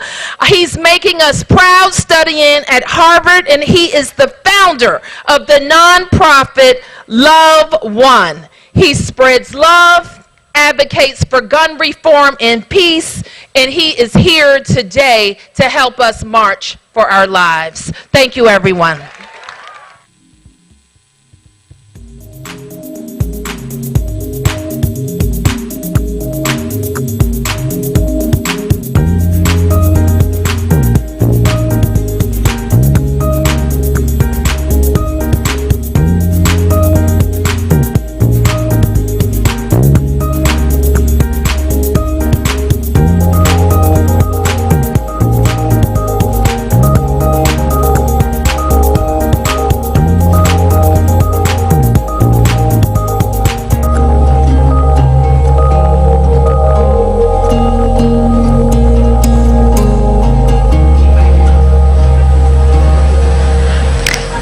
Welcome to the stage, DC gun violence survivor and March for Our Lives organizer, Ruquan Brown.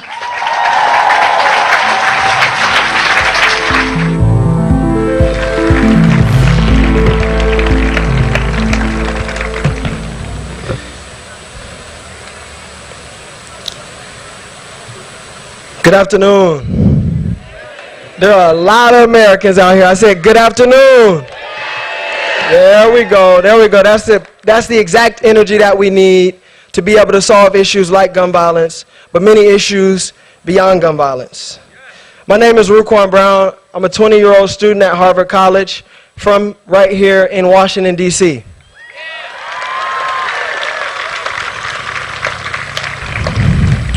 I'm extremely sad to be here today because I would much rather be on a cruise, watching the NBA Finals with my stepdad, or doing high school / college things with my friends.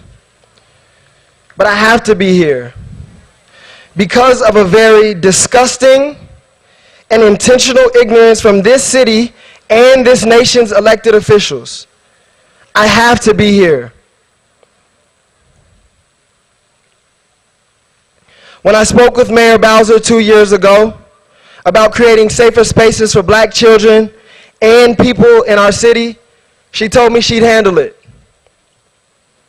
If that were true, I wouldn't be on this stage.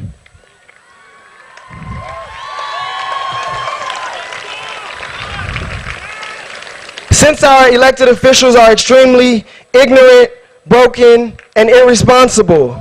I said, since our elected officials are extremely broken, ignorant, and irresponsible, I've been left with no other choice but then to explore and discover what it's going to take to keep me, my 10 siblings, my future children, you and yours safe. I thought that it might be through education, but we are unsafe in our schools. I thought that it would be through leisure, but we are unsafe on vacation. I thought that it would be through career, but we are unsafe at work. I thought it would be through politics, but we are unsafe at our capital too.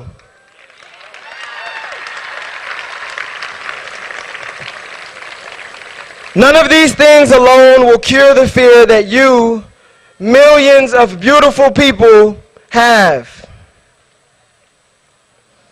Although I'm a Harvard student and should have some dissertation level scientific solution, my middle school research has led me to a very simple 4-letter solution: love.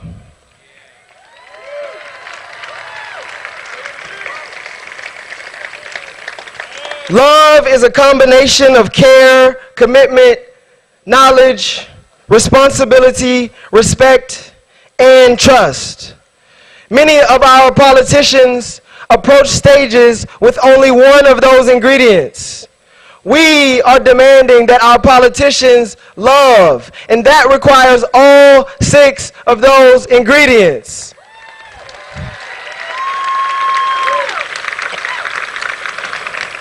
We must live in a nation where love is the norm. We must live in a nation where love takes us by storm. We must live in a nation where love keeps us warm. Because that is what we deserve. Our politicians are committed to paychecks.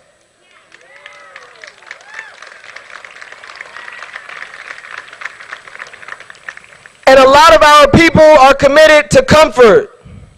But thank you for being committed to change.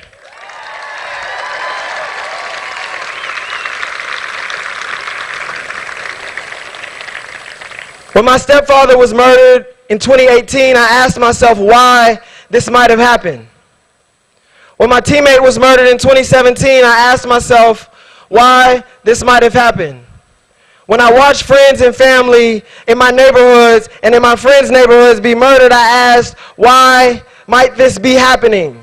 When my father, who was 20 years older than me, shared with me the stories of growing up in East Oakland, I asked, why are these things still happening? These problems exist in our schools, in our neighborhoods and communities because of America's lovelessness. We don't need only more politics. Our people need love.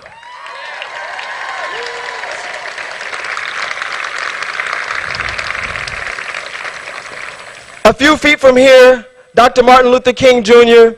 gave us one of the most remarkable speeches of our time and reminded us that he has a dream. We are a manifestation of that dream. I am calling us to use more love so that our children can safely be a manifestation of our dream.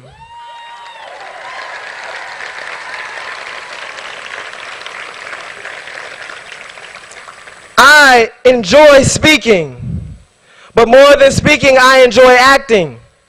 I enjoy action. I enjoy doing work that serves people. I want you all to repeat after me. Use. More. Love. Use. More. Love. Use. More. Love. You guys spoke, and now it's time for action. The way that you can get involved with serving black and brown people in our neighborhoods who are constantly murdered because our mayors, our council members will not stand up for our people, please go to usemorelove.com to get involved. Thank you.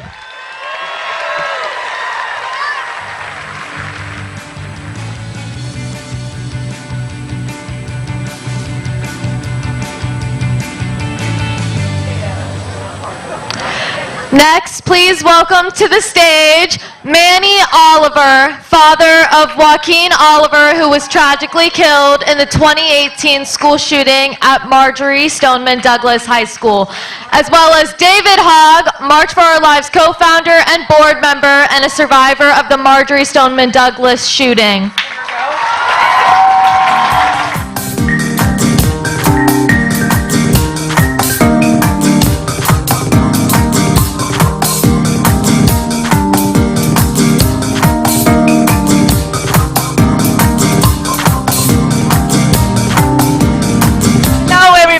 Thank you for being here today.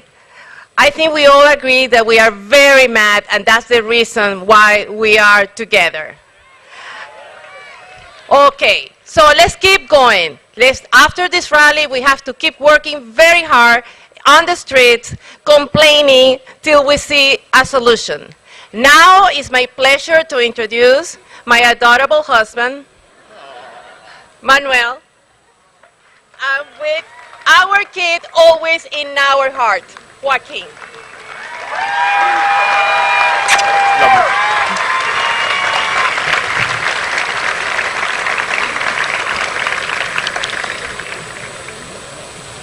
Hola, DC!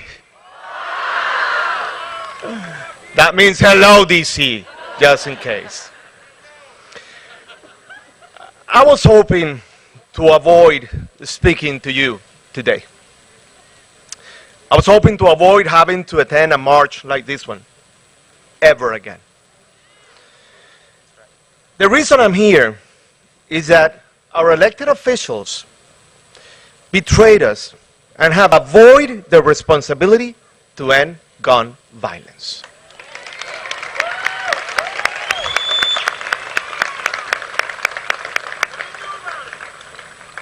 I'll tell you what we do about it. We cry Joaquin every minute of our life.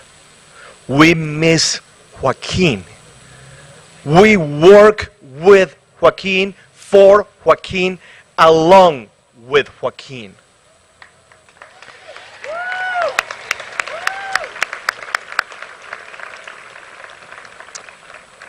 And today, from this stage, and alongside Joaquin, we want to announce a new kind of call to action. Because I think it's time to bring a consequence to your inactions. If lawmakers who have the power to keep us safe from gun violence are going to avoid taking action that will save our lives, then young people across this country, everyone who can hear my voice, should also avoid. Avoid attending school if your leaders fail to do their job and keep us safe from gun violence.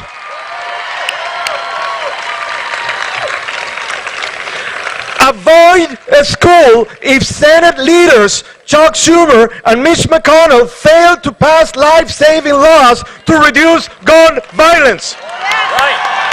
Yes, yes, yes.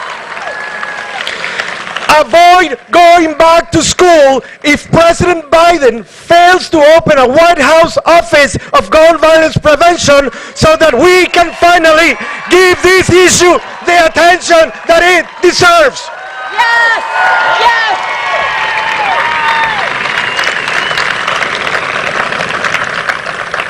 I need everyone to put your hand on your heart and take the avoid pledge. And please repeat after me. I pledge allegiance to the legacy of all victims of gun violence. And will avoid school until our leaders pass gun laws capable of bringing safety and justice for all.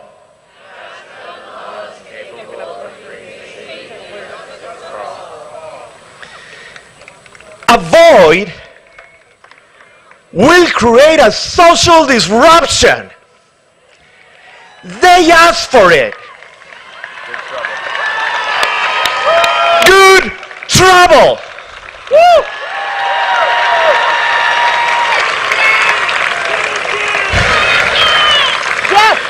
As parents of Joaquin Oliver, who was killed in the Portland shooting, we are calling for a nationwide strike of American students from all levels of education, from elementary education to college, to avoid going back to school until our elected leaders stop avoiding the crisis of gun violence in America and start acting to save our lives.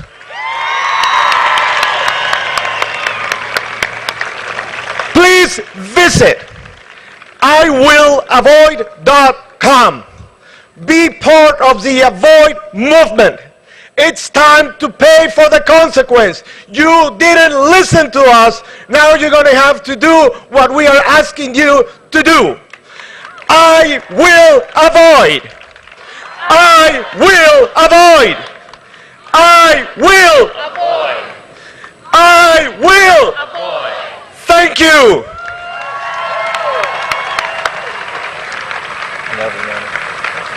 I love you too much. I love you, darling. Go get them. This is your time. Whoa, whoa. Yes, we can.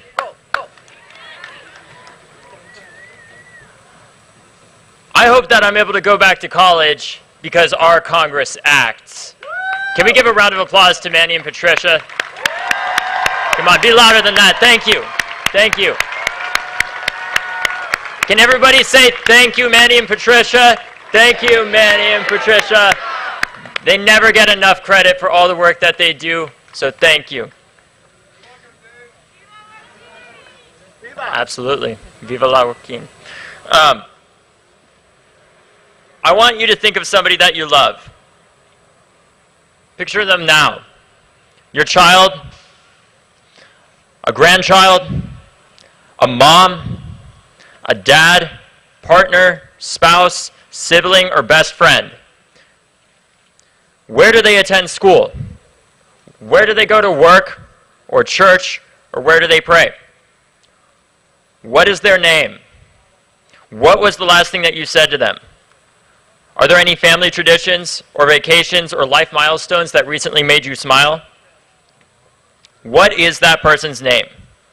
Maybe they came with you to this march. And I want you to say their name, and I'll do it first as an example, and then you repeat after me.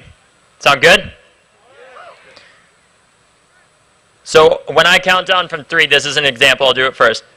You say the person that you just thought of. So 1, 2, 3, Lauren is what I would say.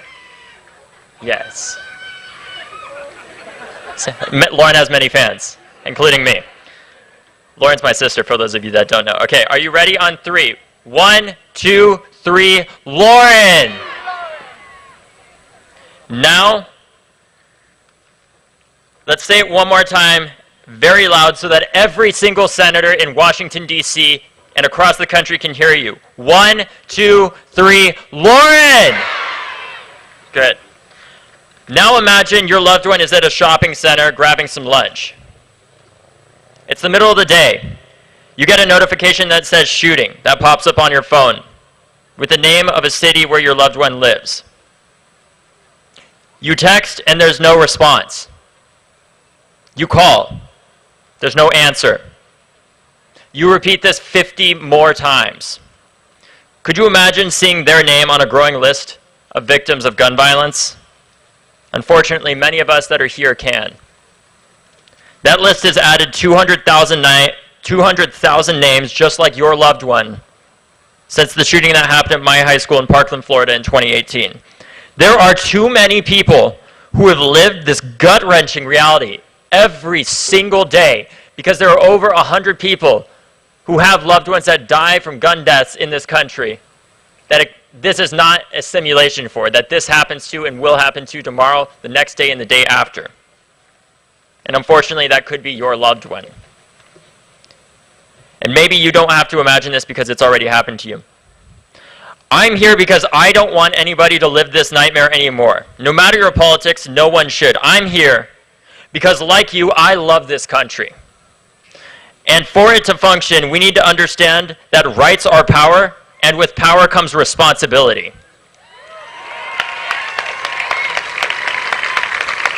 All Americans have a right to not be shot, a right to safety. Nowhere in the Constitution is unrestricted access to weapons of war a guaranteed right. We've seen the damage that AR-15s do when we look at the innocent children of Uvalde. Tiny coffins horrify us. Tiny coffins filled with small, mutilated, and decapitated bodies. That should fill us with rage and demands for change. Not endless debate, but demands for change. Now, not tomorrow, not tomorrow, the next day, or the next week, or next year, now! Do you agree with that? Do you agree with that? Do you agree with that? You gotta be louder! Do you agree with that? Make sure that every single senator can hear you! Do you agree with that?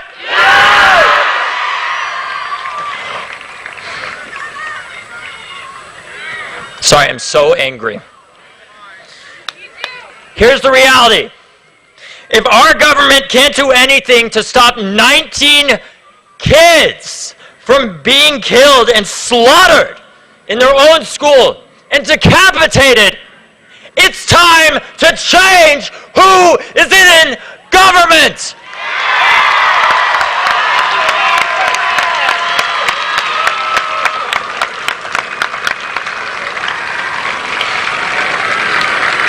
As we gather here today, the next shooter is already plotting his attack, while the federal government pretends it can do nothing to stop it. Since the shooting in Texas, the Senate has done only one thing. They have gone on recess. Now look, no matter if you are a gun owner, or a Republican or not a Republican, we all agree we must act to stop this. How much longer are we going to debate this until we realize that we obviously have different opinions, but let's not let that stop us from doing the small thing, anything, even if it could stop the next just one Parkland from happening, because this is the cost of that. All of us agree that we must end gun violence. Every responsible gun owner, every single person, no American wants their kid to be in danger inside of their school or outside of their schools. And we must act to stop this violence. But you know what? This time is different. Let's declare it right now and say it with me loud. This time is different. Louder. This time is different. Hold up your signs and say it. This time is different. Manny, can you take a photo? There's no photographer up here. This, ready? Again, louder. This time is different. This time is different. This time is different. Okay, why is this time different? It's because since we marched in 2018, we've passed over 150 pieces of gun safety legislation and laws since the first time that we marched that have saved lives. We raised the age to own guns in the state of Florida. You know how hard that is? In a Republican legislature. Where we were told as young people that you're never going to get that change. Guess what? We did. And if we did that in Tallahassee, we can do it on Capitol Hill and in our Senate right now. We required background checks on every gun sale in Virginia. We banned guns from polling places to protect our democracy in Colorado. We defeated more NRA-backed politicians as a group of teenagers and young people than ever before in American history in 2018.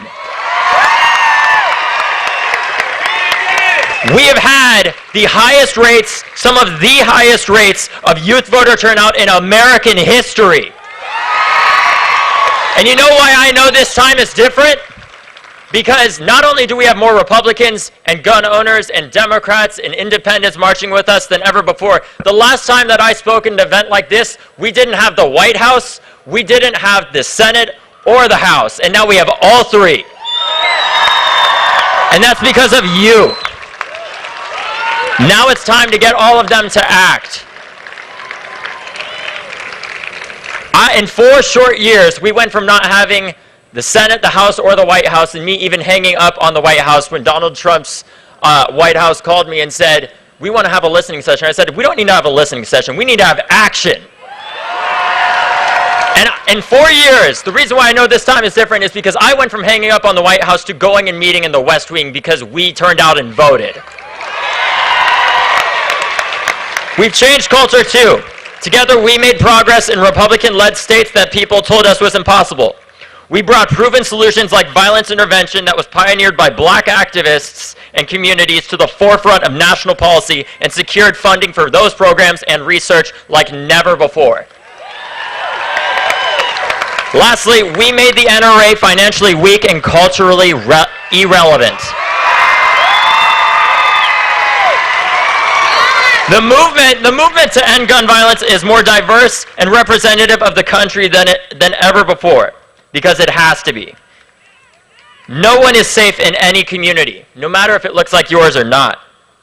This time, responsible gun owners are aligned on the basic solutions we need to keep our kids safe from dying, and the Uvalde shooting, and since the Uvalde shooting, a majority of Americans say, the vast majority of Americans say that stopping gun violence is a top issue for them because this is not a political issue, this is a moral issue. Not only do people, regardless of political affiliation, agree with their hearts and minds, they are mobilizing alongside us. Right now, marching with us are more responsible gun owners and Republicans and Democrats than ever before. Because we are united together against gun violence as Americans. First and foremost, we march and we make change. Let me tell you a story. After the Parkland shooting, then Republican Governor Rick Scott signed into law a 3-day waiting period for gun purchases and for a gun sale and raised the age to 21 from 18. This was one of the 150 pieces of legislation that we, all of us, not me, us, passed because you showed up. And I hear time and time again, David, these laws don't work. Let me tell you a story. These laws do work. And you know why? Because the law that we passed in Florida, my mother got a death threat that said, F with the NRA and you will be DOA. Yes, that's right. I can't say that on TV though. But law enforcement used the red flag law that we created, that we passed in the wake of Parkland, to disarm the individual who sent my mom a death threat and threatened to kill her via court order. Seems like these laws work to me. That law, because of us turning out, very likely may have saved me from having to bury my own mother. These laws work. People say that these laws don't work, and what's funny is, there's a strong recent public health example that it lays out exactly what we need to do to prevent gun violence. Just look at the tobacco industry. We need to treat guns the way that we treated cigarettes 30 years ago. With cigarettes, we didn't just change the laws, we addressed why people wanted to smoke in the first place, and it can't be either or, it must be both. We have to address how people get guns and why they feel the need to pick them up in the first place. We must address the fact that the reason why communities like Parkland don't have shootings on a daily basis isn't because we necessarily have the strongest laws in the country, it's because we have some of the most resources in the country. Gun violence is a symptom of injustice. And if Parkland is safe, but Southeast DC is not safe, or Miami is not safe, we are not done fighting. Because we want every child and every loved one to be safe in every zip code, no matter if they have the same skin color or pray to the same God as us, because all of us deserve protection.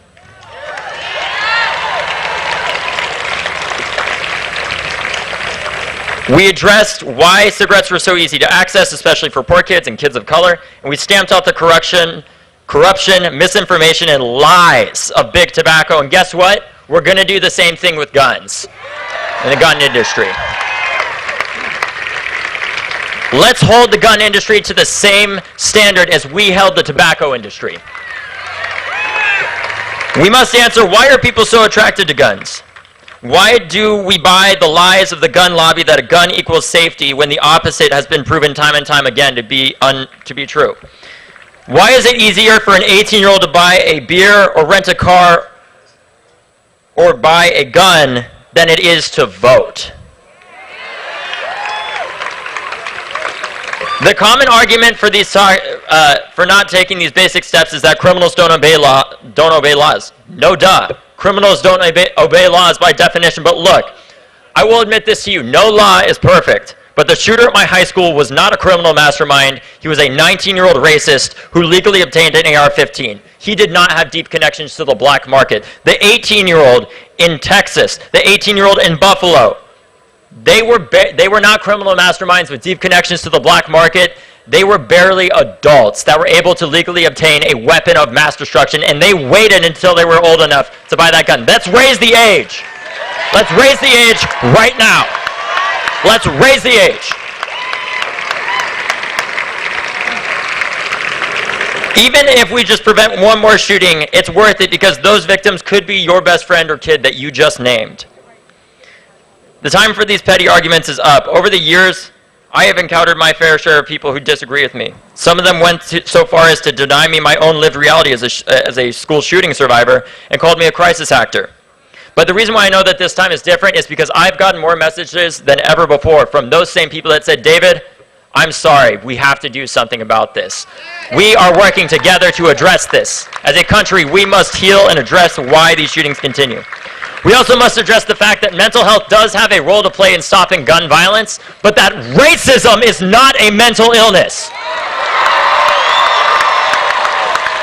Hatred, racism, radicalization, xenophobia are not mental illnesses. 2/3 of gun deaths are suicides. Mental health does have a role to play in addressing that. We need to address the fact that black and brown communities are traumatized daily by gun violence, and they don't get the same resources or support that Parkland did. Every community deserves the support that Parkland got. Every community. Every single community. That is the role that mental health plays here. Let's stop using mental health as a scapegoat for confronting white supremacy in our country.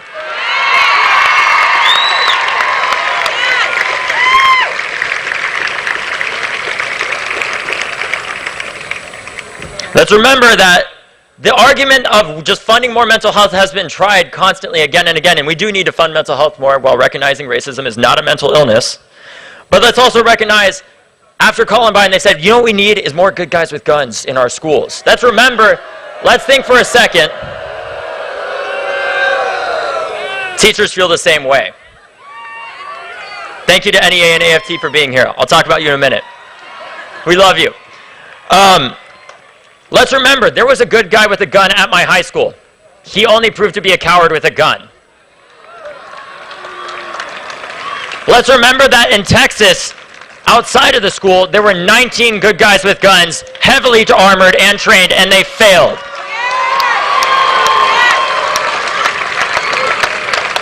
First responders need to be the last resort and not the first to saving our kids from gun violence.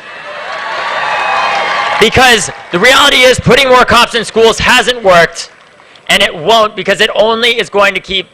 Let's think about who actually is made more safe by that, but also realize that putting more cops in schools actually may be a form of endangering our students as well. For the students that don't have the privilege of having my skin color, or the fact that I am an American citizen. We need to stop these shooters before they get on campus and stop endangering the lives of our first responders, our students and teachers, because people on Capitol Hill don't want to do their job and protect us. Now, what I'm not demanding is that the government take your guns away. What I am saying is that we are neither pro-gun or anti-gun. We are all pro-peace.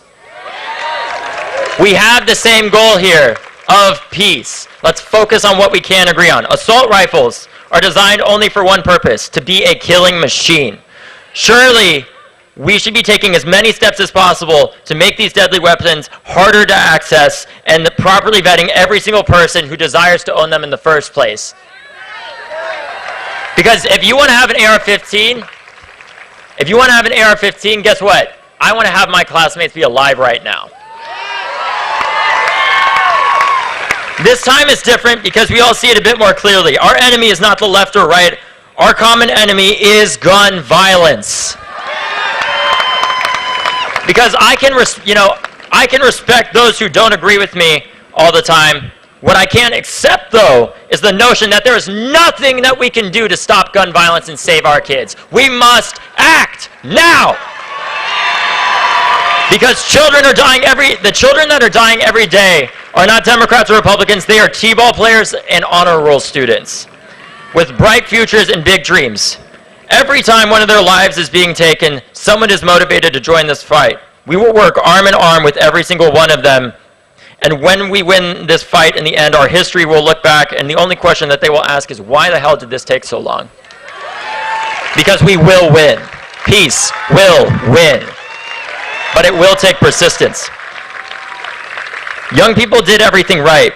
To the people who marched 4 years ago and are still marching today, we've done everything that has been asked of us. The movement is not broken, our government is broken, and it's time to fix it. Many states have listened. The failure to pass a single common sense gun law at the federal level to curb gun violence rests squarely with Washington, right here in the seat of our democracy, with the politicians who refuse to do their jobs and keep us alive. Because the status quo of letting kids die is profitable to them. The status quo of only sending your thoughts and prayers, only praying something bigger will come up in the news like Mitch McConnell is doing right now, enables them to stay in power. Mitch McConnell needs us to forget about this. He needs us to move on, but we can't because the next kid or best friend or parent who dies could be yours. This summer, we change the status quo. Vote them out! Vote them out! Louder! Vote them out! Vote them out! Louder! Vote them out! Vote them out! I gotta say my voice. Vote them out! Louder! Louder! Louder! Louder! Louder! Again! Vote them out! Vote them out! Okay. I think they heard us. And if they didn't, it doesn't matter. They're going to be voted out anyways. We know exactly what to do if the Senate fails to pass the Protect Our Kids Act or any individual law that stops the bloodshed in our country, as Manny just talked about. We will break voting records this November, just like we did in 2020 and the 2018 midterms. And young people are running to replace those cowards who only misrepresent us. Today, on June 11th, we are making history once again. What's more important to me is knowing that you will still be here on June 12th and beyond, because this can be the beginning of the end, but this is not the end. This is only the beginning and not the end. I'm going to ask you some questions, and I need you to say yes, so be loud so every senator can hear you. Can I count for you to be here on June 12th and June 13th and beyond? Yes! Can I count on you to be here in November and every November that we have an election after? Yes! Can I count on you to be here even when they say that the work in creating peace is impossible? Yes! Can I count on you being here no matter how long it takes, because peace takes persistence? Yes! Right now, I need you to stay in touch with us. This is the first of major actions planned in the lead up to this election and beyond, because this is the beginning and not the end of this march. So I need every single one of you to right now that's listening at home or in the crowd to take out your phones so that we can stay in touch with you. I need you to take out your phones and text NEXT to 954-954, because we need people to show up in Texas at Senator John Cornyn's office when I need you there. I need you to show up in Pat Toomey's office in Pittsburgh when I need you there. I need you to show up in Marco Rubio's office when I need you there. And the way that we do that is by everybody texting NEXT to 954-954. Again, that is NEXT to 954-954. That is how we are going to stay in touch and ensure that this is the beginning and not the end. We know what we are doing, we know what is next, and we have to continue to show up, because we have a plan of what happens beyond June 11th, and I need you to continue marching and protesting with us beyond it as long as it takes. Every time that you don't feel hopeful, I want you to think back to your loved one that you named earlier. Think back to the people that are around you right now. Look around. Look at the person to your left and look at the person to your right. You are not alone. None of us are alone, regardless of whether or not you're a survivor or ally. We are not alone. We need to understand, I also want you to remember that America is not as divided as Congress. The most divided people in this country are not in the 50 red, blue, and purple states across the country. They're right here. They are 100 senators on Capitol Hill. Because we do have Republicans with us. We do have gun owners with us. We all want change. Either they unite behind the changes we're demanding, or we will vote them out, because all of us do agree, left and right, gun owners and non-gun owners, that we must take action to save lives now. This time is different because you are still here. Thank you to all the survivors and the activists and the violence interrupters and the students, especially to the black and brown women like Erica Ford and Paul Murray and Congresswoman McBath and many others of the gun violence prevention movement who never get enough credit. Please give them a round of applause. The only reason this movement exists is because of the decades of work that especially women have put into this. Thank you to the National Education Association. Thank you to the American Federation of Teachers who are marching with us and into November and beyond. Thank you to the young, the old, the staff members of our movement, the organizers of our movement. Thank you to the progressives, to the moderates, to the conservatives, the millions of responsible gun owners who are marching with us today, all of those who are on our side and the same side, all aligned under one goal, which is that we are going to stop this violence, stop the death, and stop the killing. This time is different. This march is only the beginning, but we must continue to show up every year and vote. And show up. If you don't take one message from today, there are two things I need you to do. Vote and show up at your state legislatures every year. Show up at your state legislatures. Congress doesn't have its act together, and we're going to continue doing all we can there. But let's get the action that we can now at the state legislative level. Because I firmly believe right now in this moment in American history of great division and divide, I believe if we put our politics aside and focused on our mission and why we're here, which is our kids and the effort to create a more perfect union for them, that if we work together over the next 10 years and showed up every year voting on this issue consistently, showing up at our state legislatures, and not just showing up when this is in the headlines or when there's a march, but showing up constantly by texting NEXT to 954-954, because that's how I'm going to stay in touch with you.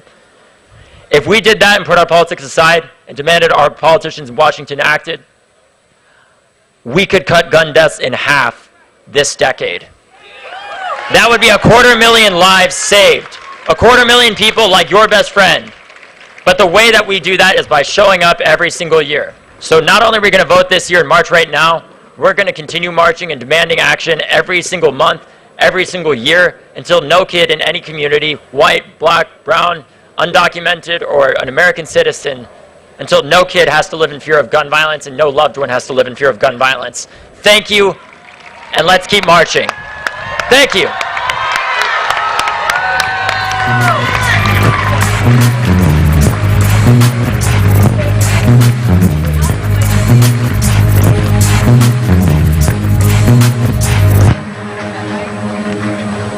Hello everyone, I'm Esri, a national organizer with March for Our Lives, and I'd like you to join me in welcoming our next speaker, an activist, community organizer, and the first black woman to represent Missouri in Congress. Let's hear it for Congresswoman Cori Bush.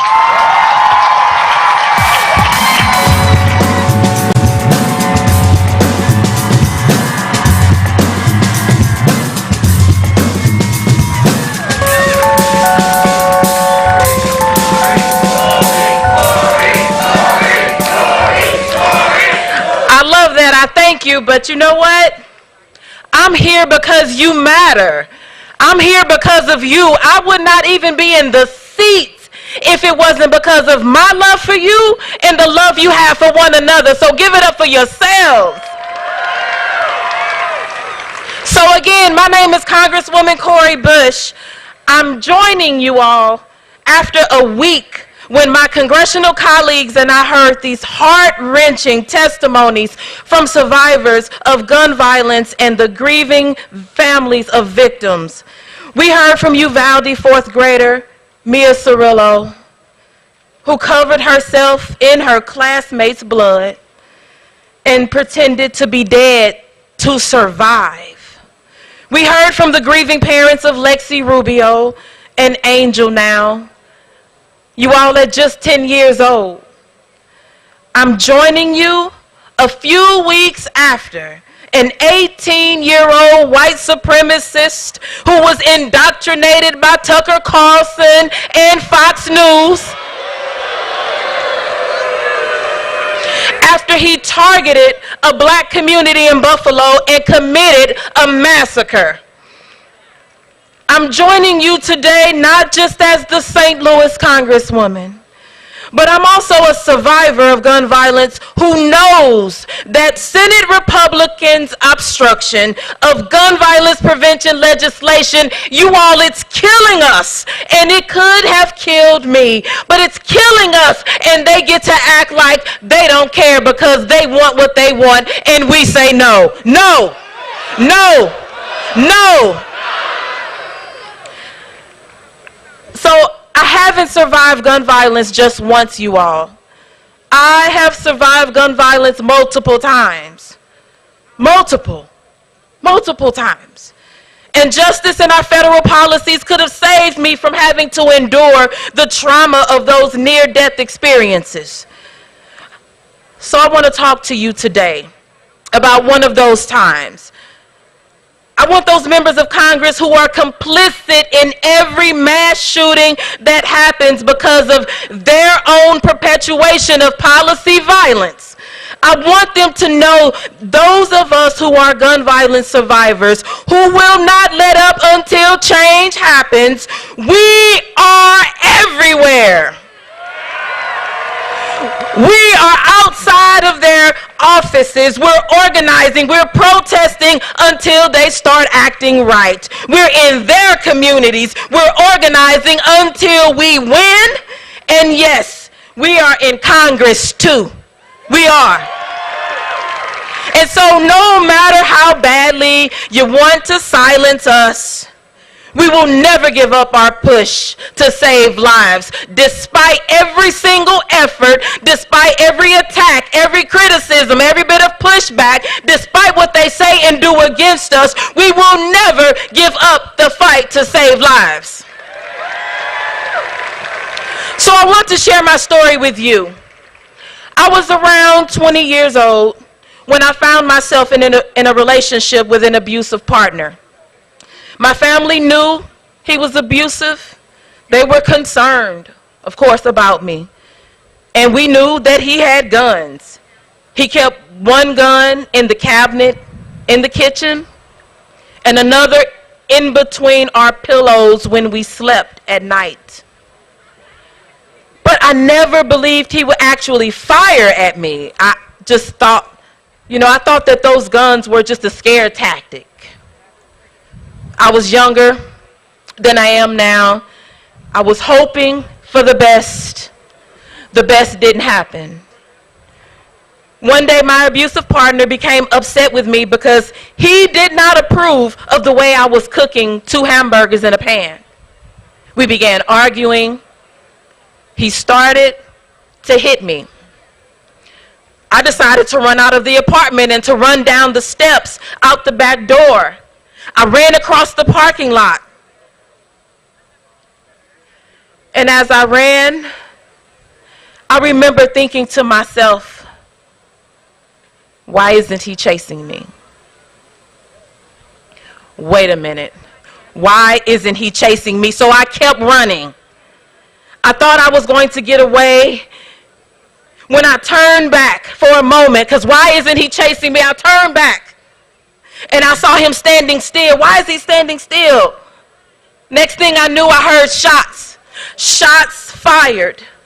But I didn't know if they were aimed at me until they started whizzing past my head.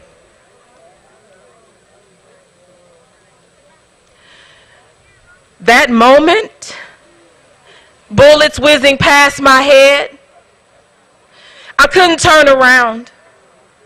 That moment of horror, it stays with me. That moment when gun violence strikes is so deeply traumatic and completely preventable. It was completely preventable. I was scared, you all, because I couldn't turn around again. If I turned around and saw how he was aiming, that could help him to hit his target.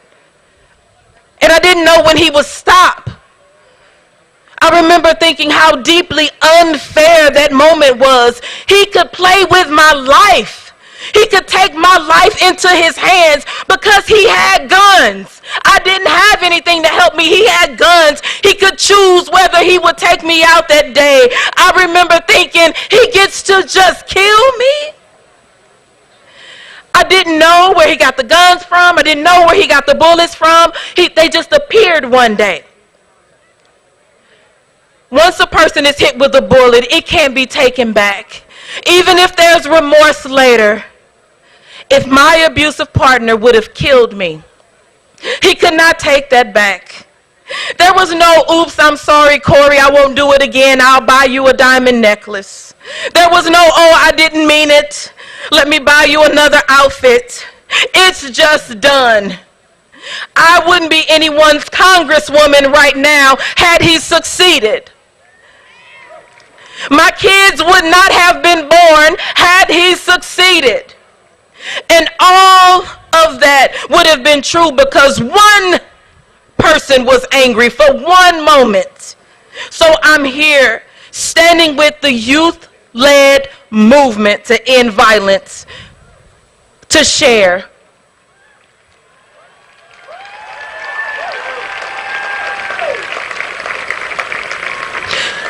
Closing the boyfriend loophole could have helped save me from a near-lethal encounter with gun violence.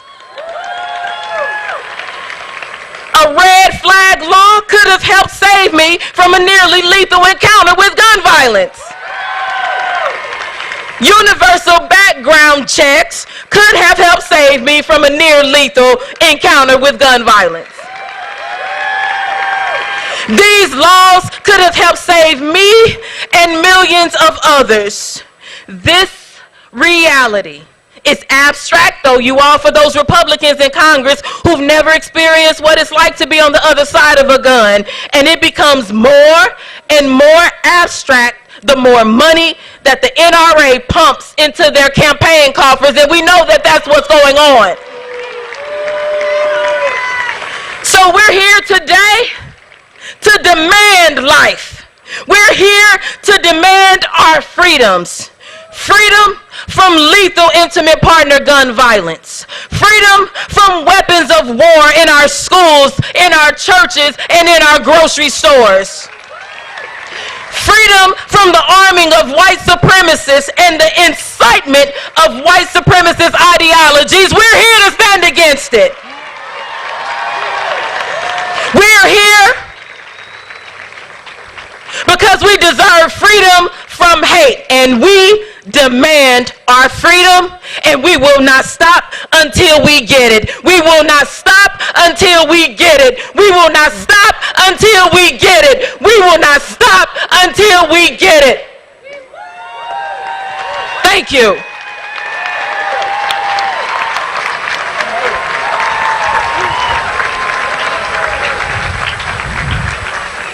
Good afternoon. Go. Go. Good afternoon, everyone. My name is Zenit, and I'm the Director of Policy here at March for Our Lives. You may have noticed that the clock stopped at 78 minutes. That is the amount of time it took for the police to intervene before entering the school in the Uvalde shooting. I'd like to take a moment of silence for all of those that we've lost to gun violence.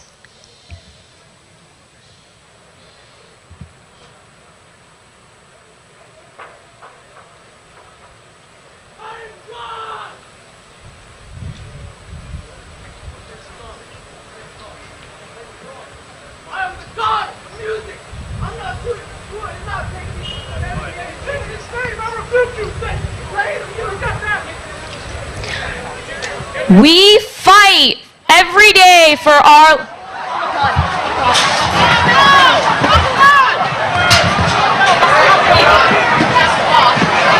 Do not run!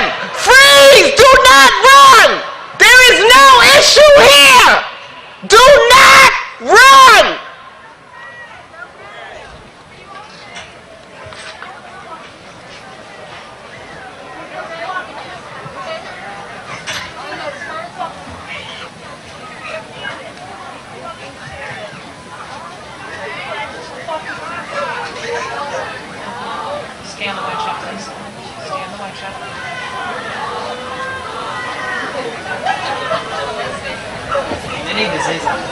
What's happening? What do we need to do? Let's not give attention. When I say peace, you say it's a lifestyle. Peace. Peace. Peace. Peace. As the young brother said before, love is going to overcome hate. Love is going to overcome hate. My name is Erica Ford. Before I was 30 years old, I was involved in over 20 mass shootings. The only thing they weren't called mass shootings then. They were just called shootings in the hood. And I lost over 75 friends killed in these streets. Not counting the numbers that went to jail for 25 and 30 years. Our community was destroyed. Families was devastated. Trauma was beyond describable.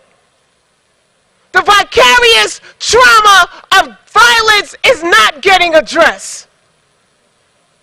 And so I got Carl, who was one of my staff members at Life Camp, who lost his entire family to one bullet. We brought the Buffalo families back up here so that you don't forget Buffalo.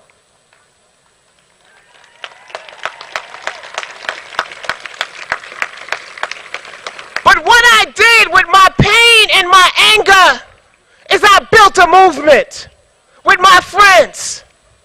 And we created something addressing the disease of violence and knowing that we had to help people heal.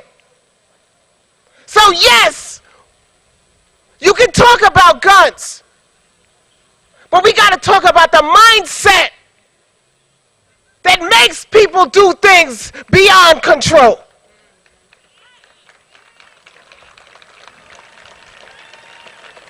If we don't put resources in these black and brown communities where our babies are dying every single day, then we are not talking about addressing gun violence.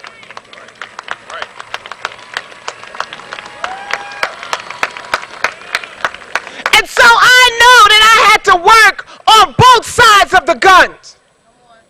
And I began to work with the police who I know hated me. I worked with the elected officials that I know hated me. And nobody wanted me to succeed but the young people and their families.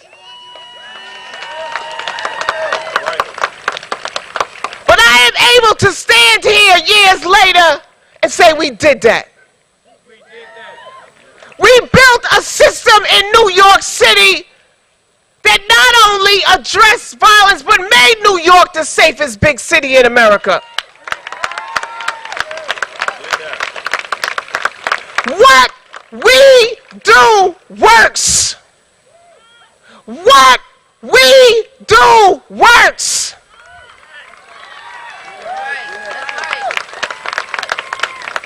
I want to do a fact check real quick.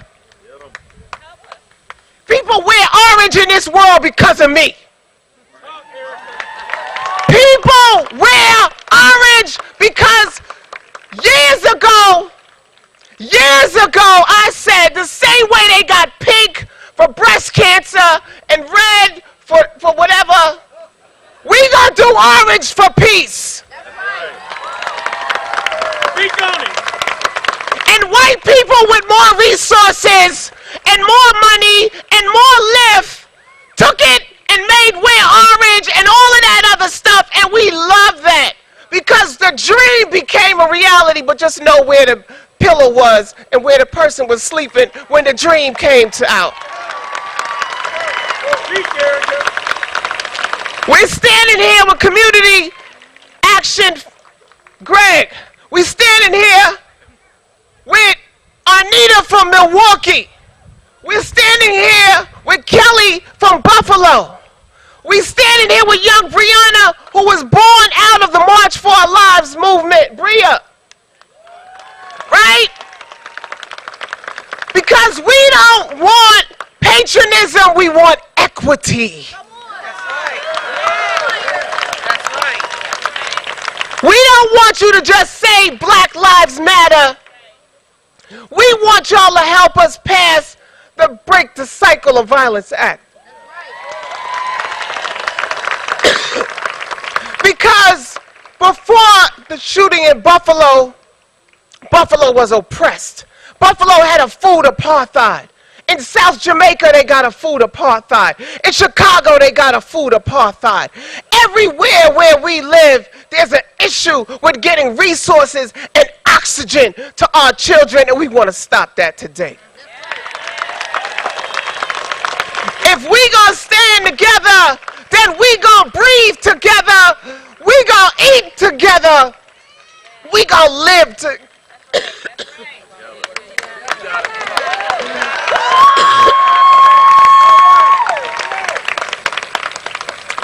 And see, this is this new shit.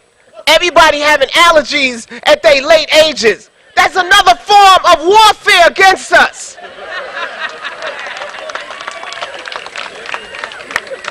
And so before I step off this stage, I want to say we got a fun piece. I can't hear you. Fun piece. Fun peace, fun peace, fun peace, fun peace, fun peace, fun peace, fun peace, fun peace.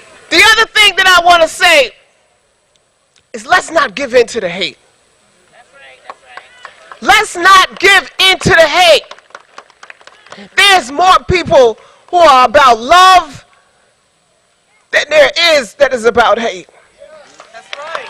And so Let's get these resources in these communities. Let's help save these lives. And let's pass this Break the Cycle Act. Peace is a lifestyle.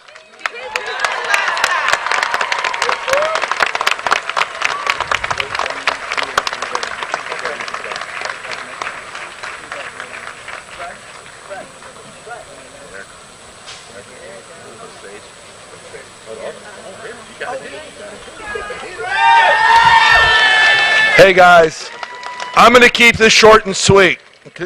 I'm not on the agenda, but we need to acknowledge what just happened. And I want to let everyone know, everybody's fine. There is nothing to be concerned about. However, unfortunately, somebody decided to show up and put the fear that we live with every day to life. And so, thank you all for staying here. I love you all, and to the kids, to all of you kids, I love you, and we are going to fight for you. Everything is okay. Thank you for being here. Mwah!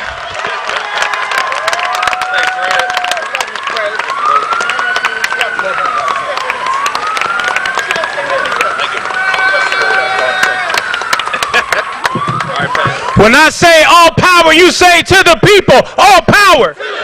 All power. When I say all power, you say to the people, all power. All power. When I say I am, you say a peacemaker. I am. I am. I am. I am. Clap it up, everybody, if you're a peacemaker out here.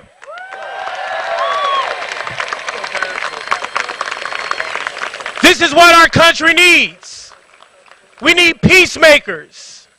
We need healers. We need those who are devoted to peace and justice and not violence and hate. Some asked me some time ago, why do I care so much about gun violence? So many names I could lift up. Breonna Taylor, Michael Brown, Tamir Rice, Sandra Bland. But I got a young man in my community whose life was lost at the age of 19. His name was Larry. Say his name, Larry. Larry. Say his name. Larry. At the age of 19, he was shot outside of a liquor store. A young man that we helped to get through high school in our neighborhood. We did his funeral. Over 500 young people came. When I asked the young people to lift your hands, if you've been to more than one funeral, all the young people in the church lifted their hands. I asked them, if you've been to more than 2 funerals, the young people lifted their hands. I asked them, if you've been to more than 5 funerals, 500 young people in our church lifted their hands. I got as high as 10 funerals. I'm talking about high school students. And more than half of the young people in this church lifted their hands weeping. And I asked myself, what kind of preacher am I? What kind of leader am I? How could I call myself a leader while children are losing 10 of their friends before they graduate from high school?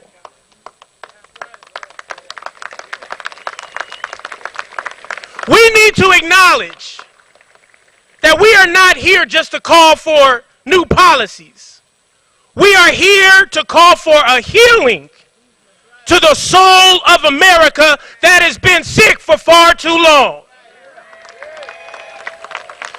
We're here to acknowledge that our collective psyche is not well. We all have been traumatized by violence. We point to a shooter and say he needs mental health services. But guess what? We need mental health services.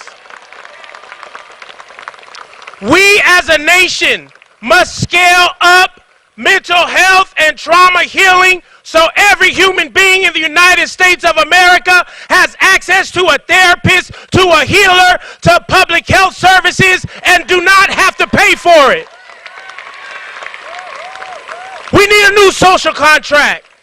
One that invests our tax dollars in healing and peace rather than trauma and violence. And I got good news for you. In every city all across the country where we live and work and play and worship. We have peacemakers, frontline violence interrupters, credible messengers who are waking up every day with little to no resources to interrupt lethal conflicts so we can feel more safe in our communities.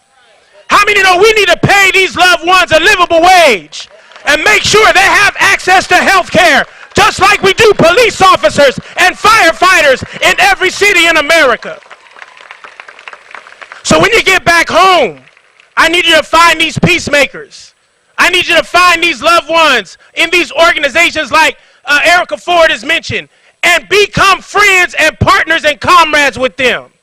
Advocate for them. Don't allow them to work in erasure and invisibility. And know that, as Erica said, we need to pass the Break the Cycle of Violence Act that is in the Senate and the House right now. Come on, everybody, repeat after me. Say, break the cycle.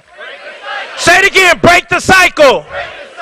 We give much respect to the Biden administration who helped follow our lead and put $5 billion to fund peace all across the country in some of the previous bills. But now we got to pass the bills. So as we leave here, we must, as a people, unite behind the idea that gun violence is a public health issue. All of us have a responsibility. Everybody say all of us.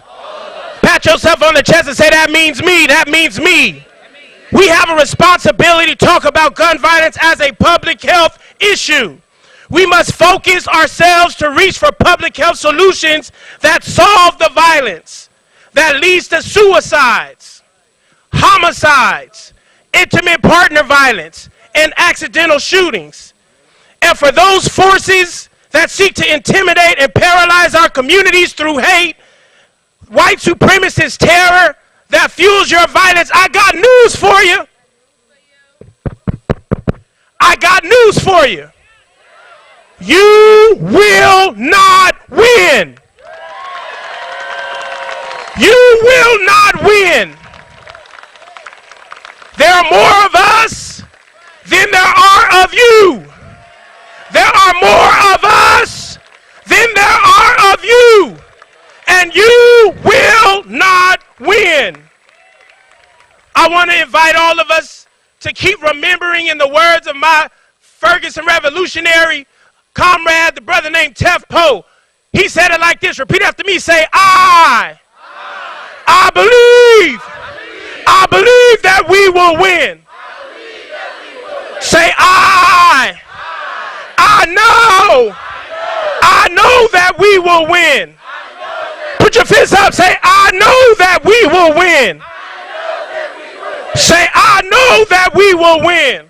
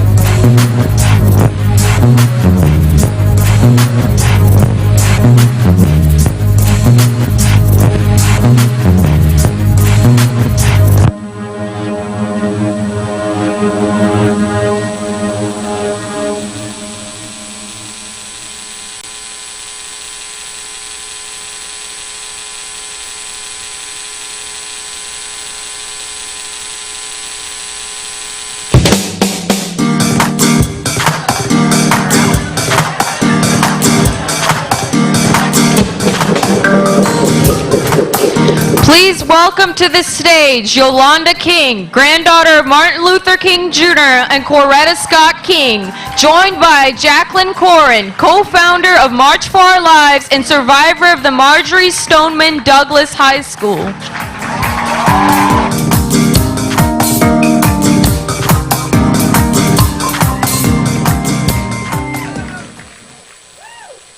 How many of you were marching with us in 2018 after the shootings in Parkland, Florida? Well, now we're back after the massacres in Uvalde, Texas, and Buffalo, New York, and at least 38 shootings in just over 22 weeks. How many of you are here to say enough is enough?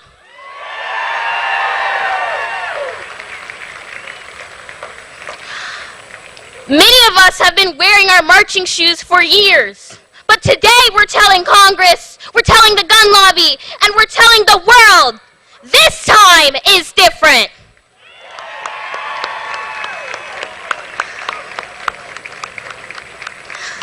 This time is different because we've had enough.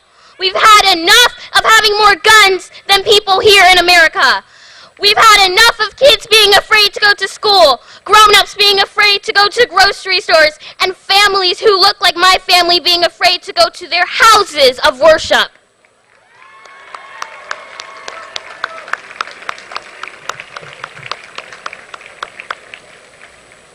This time is different because this isn't about politics, it's about morality. Not right and left, but right and wrong. And that doesn't just mean thoughts and prayers. That means courage and action.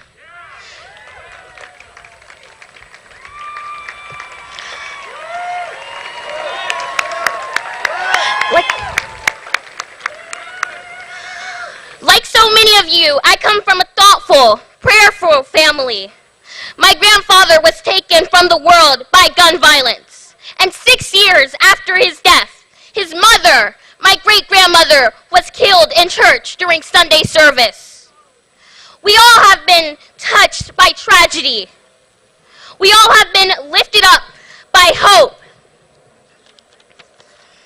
And we still believe that, as my grandfather once said, we'll be able to hew out of the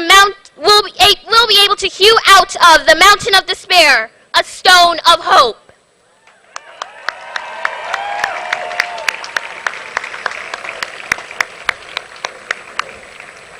And this time is different because it isn't only about kids. It's about all of us. It's about all of us who cried when we heard that 11-year-old from Uvalde tell Congress about playing dead when the gunman killed her classmates. It's about all of us who were hurting when we heard about the moms and dads in Buffalo who were struck down while buying groceries and food for their families. It's about all of us who were called to action against gun violence, COVID, climate catastrophes, racism, and attacks on democracy.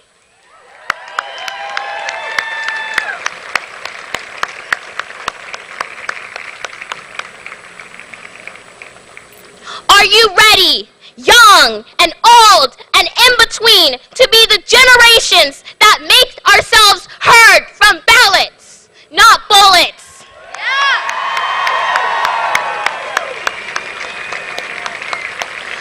Are you ready to move beyond 50 years of fear and failure? Are you ready to forward to what our parents and grandparents called the beloved community? Together, we can carve that stone of love and hope out of that mountain of death and despair. Together, we can build a gun-free world for all people. My generation is with you for as long as it takes. So, with this being said, are you with us? Come on, I know you can scream louder. Are you with us? Are you with us? Yeah. Let's do it.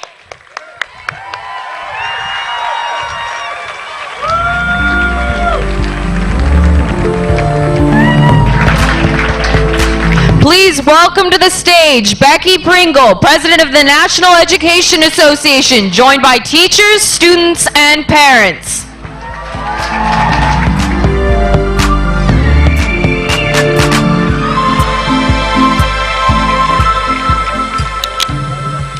The view from up here is magnificent. We are joined by educators and students who have come together with you to lift up our voices. I have my sister Randy Weingarten right here beside me, and I just want to say that I am so thankful for the students and parents and educators who are standing with us, who have survived and who are still mourning the loss of so many and so much. But they are pushing through that pain toward their purpose in hopes of never letting this happen again. That this time, we will finally take action in this country. 23 years ago, I was faced with the same question teachers all over this country were faced with 2 weeks ago, when 19 children and 2 teachers were gunned down by an assault weapon. They said to me, Mrs. Pringle, am I safe? Will that happen here? I said, oh baby, this country will never let that happen again. And then Virginia Tech and Sandy Hook and Marjorie Stoneman Douglas and now Robb Elementary. So many schools and churches and synagogues and mosques and nightclubs and grocery stores and streets of this country have experienced gun violence. The difference in 23 years is that educators today can honestly say this won't happen unless we continue to stand strong and stand up. Will we stand up? We know that our students should be going to schools where they feel affirmed and safe and loved. We will not let this happen again. We will embrace the powerful words of James Baldwin. There is never a time in the future when my salvation will be here. The time is now. The time is always now. The time is now to stand up for our students. The time is now to hold our legislators accountable. The time is now to tell them if they don't do their jobs, we're coming for their jobs come November. We must heed the clarion call of Cesar Chavez. There's no turning back because ours is a revolution of the mind and of the heart. America, there's no turning back. We will not stop. We will not falter. We will stand up together because our children, our babies are depending on us to be worthy of them. Randy.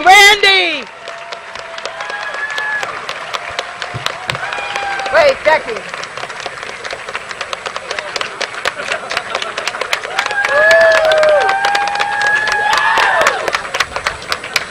Look, I'm so grateful that Fred came up earlier. We know that there's so much anxiety, but we are on the front line of freedom and of safety and of getting to the end of the scourge of gun violence. Becky and I have traversed the country, as has David, as has Yolanda, and we want to thank everyone for March for Our Lives for doing these rallies in hundreds of places around the country to say enough is enough. And by the way, my name is Randy Weingarten. I'm a high school social studies teacher. I'm a New Yorker, I'm a wife, I'm a sister, I'm a union leader, I'm a grandmother, and most importantly, I am a human being who counts myself among the people who want to end gun violence. Are you with me? Make sure the Congress hears you. Are you with me? Are you with me? Every educator, every student, every survivor, where is she? Including my dear, dear friend, my Ling Ho-shing from Parkland.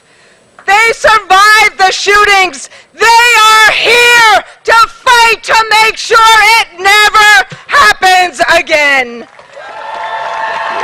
Thank you. Look, you can stay with me. I need that. Okay. I need the hugs.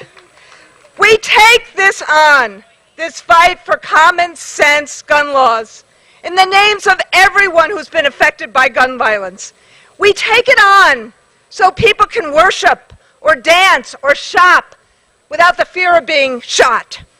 And teachers and parents take this on with particular urgency so our children, our students, as Becky said, can go to school without the fear of being shot. Schools should be places of hope, not fear. Schools should be safe sanctuaries, not fortresses. This is our fight for a welcoming and safe environment where everyone feels welcomed and safe.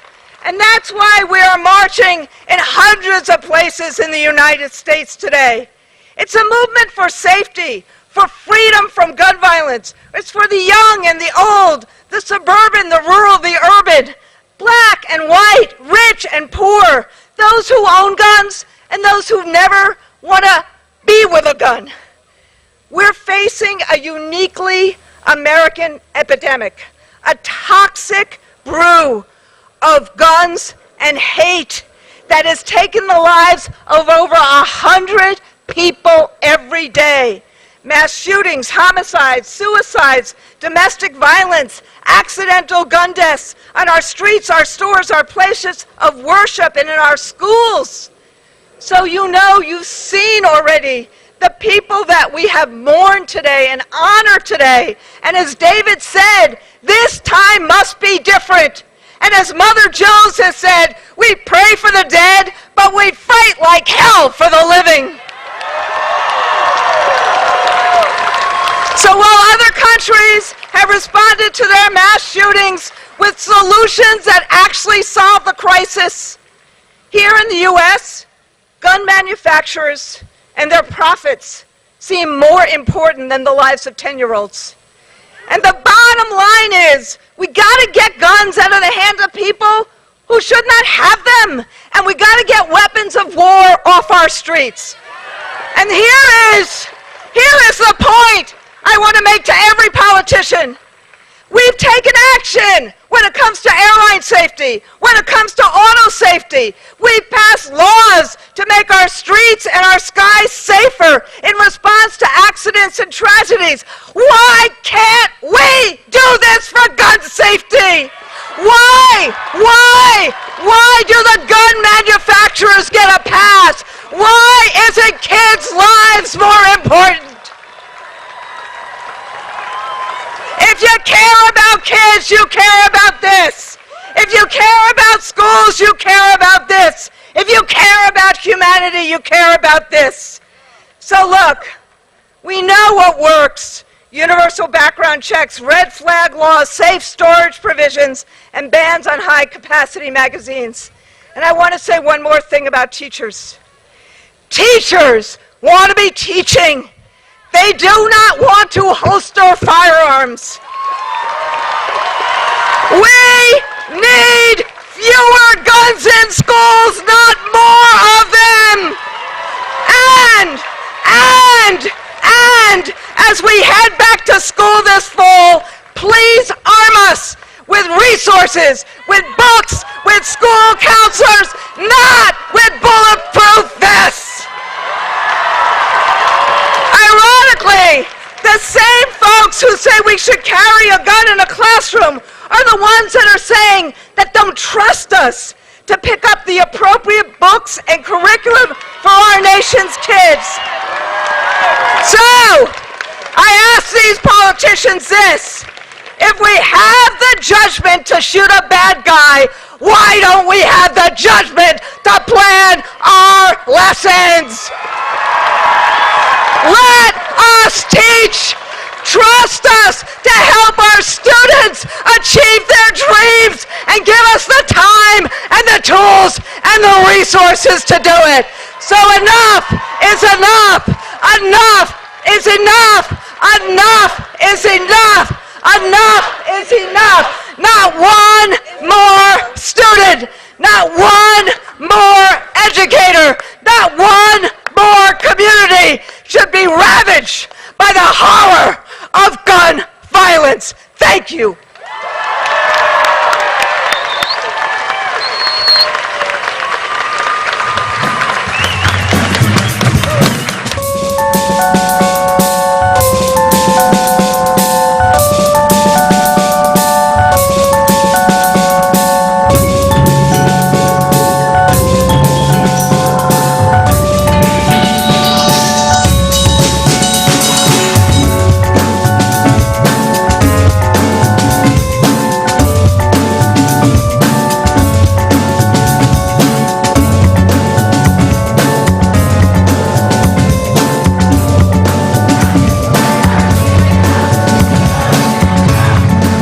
In their first major speech since 2018, please welcome to the stage X Gonzalez, along with fellow gun violence survivors.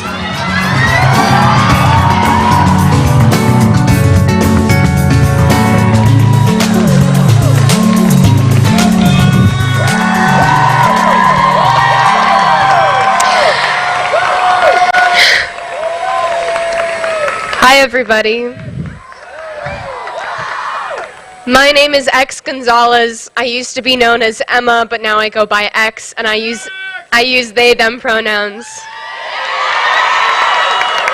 Happy Pride.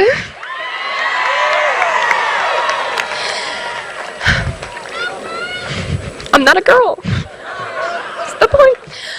We are the survivors of gun violence. From Columbine, Sandy Hook, Buffalo, Uvalde, Oxford, Michigan, Parkland, Florida, DC, Chicago, and everywhere across this country. What I say here today is mostly directed at Congress. I've spent these past 4 years doing my best to keep my rage in check, to keep my profanity at a minimum so that everyone can understand and appreciate the arguments that I'm trying to make, but I have reached my fucking limits! I am not going to hold myself back anymore for the sake of somebody else's fragile ego. If you can't hear what I'm saying through the anger that I only have because of your inaction, that's a you problem. We are being murdered. Cursing will not rob us of our innocence. You say that you will bend over backwards to protect children in schools, but pour money into the gun industry and give firearms to our teachers and staff members instead of giving them the money for pencils and paper. You say that you want to protect children, but as soon as it's about Black lives, you're all for tear gassing protesting children in the streets and ignoring the people who drive their cars into crowds of us.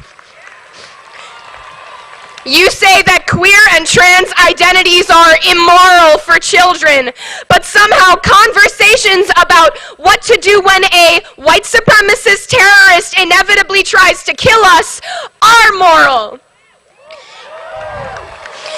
You say that children are the future and you never fucking listen to what we say once we're old enough to disagree with you, you decaying degenerates.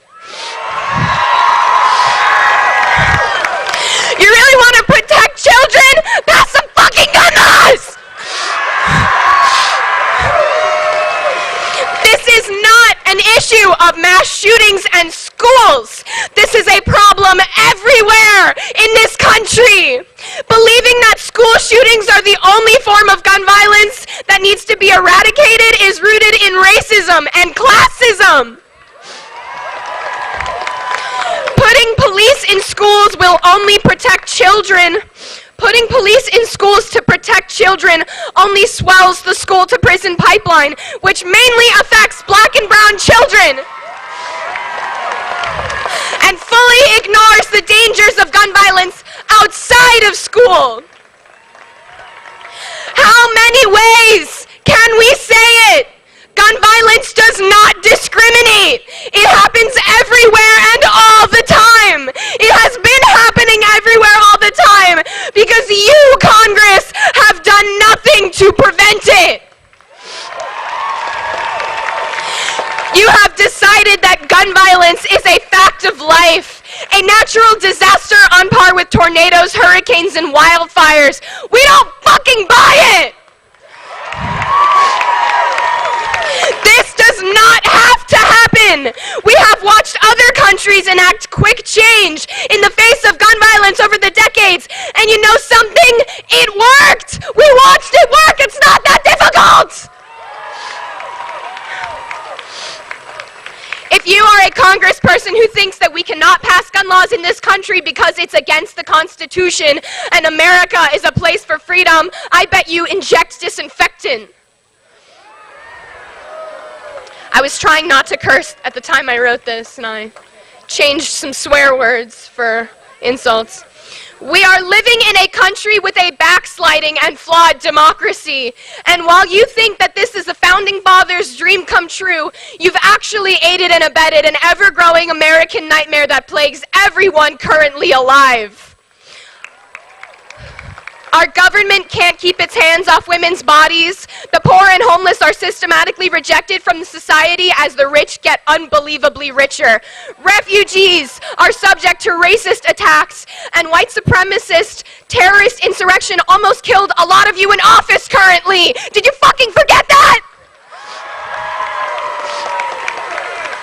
If any of this had happened in another country, you would have used it as an excuse to colonize and drop bombs. But when it happens here, you replicate it and maintain.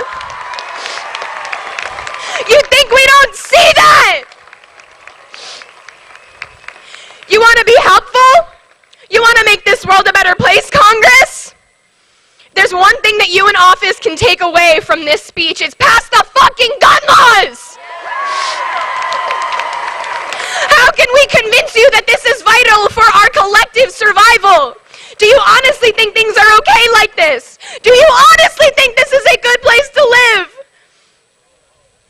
You might be wondering, X, I haven't heard from you much these past 4 years. What have you been doing? Why aren't you on Twitter? I've seen your colleagues around. The answer is very simple. If you don't have anything nice to say, don't say it. Everything that I have said now is stuff that I've said before. I didn't want to add anything same old to the conversation when nothing has changed. I'm not going to clutter the timeline with my unhinged ravings. My PTSD has me feeling suicidal thoughts that I've managed to very positively turn towards anger instead, and that's what I'm doing here today.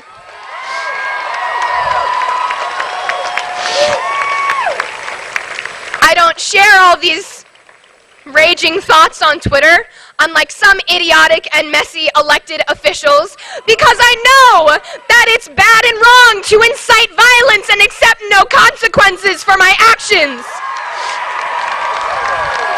I'm responsible for the impact that I have on people.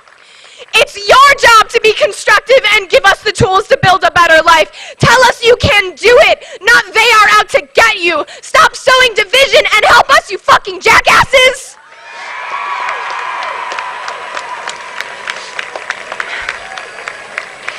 Thanks to us, we've already got your biggest obstacle to passing gun laws out of the way, the NRA. They're not what they once were. Thanks to us, the NRA, which which was an organization that was very publicly holding you hostage with terrorist threats and embarrassing propaganda, no longer has the hold on you that it used to, Congress. You could have made some real change in the past 4 years and shown them who's boss. Take the checks that they wrote you and not cash them. But that's just me. I see people suffering and try to help. I see problems with relatively simple solutions and try to fix them. Again, that's just me. It's kind of embarrassing, though, to be this adamant that there is no problem and there is no reason to pass gun laws. We saw you cash those checks. We know that you know gun violence is an issue. We brought the topic to you with international attention and resources 4 years ago. We as children did the heavy lifting for you.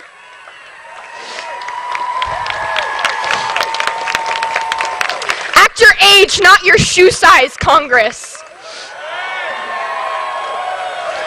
All you had to do was pass the fucking gun laws, and you didn't even do that. I don't know how to convince you that you should care about people. You were not elected to make decisions for us. You were elected to pass our will into law. You cannot ignore the fact that almost 100% of citizens in this country want background checks. Why won't you pass it? Is it the money you're making from all the gun manufacturers, which increases every time another white supremacist terrorist attack occurs? Is it all the money you're making from the prison industrial complexes? From policing?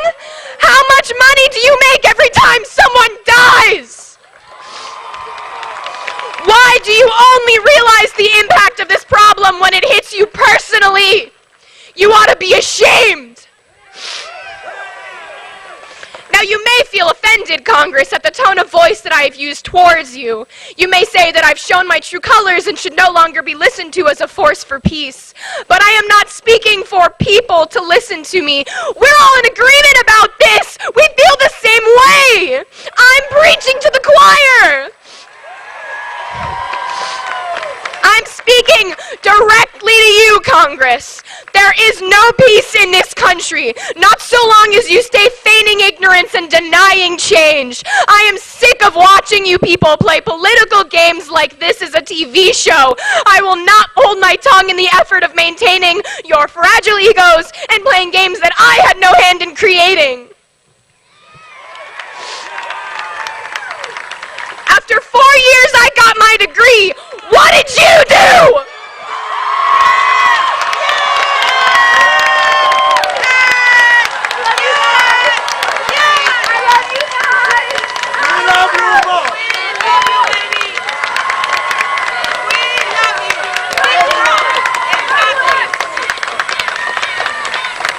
Thank you, everybody.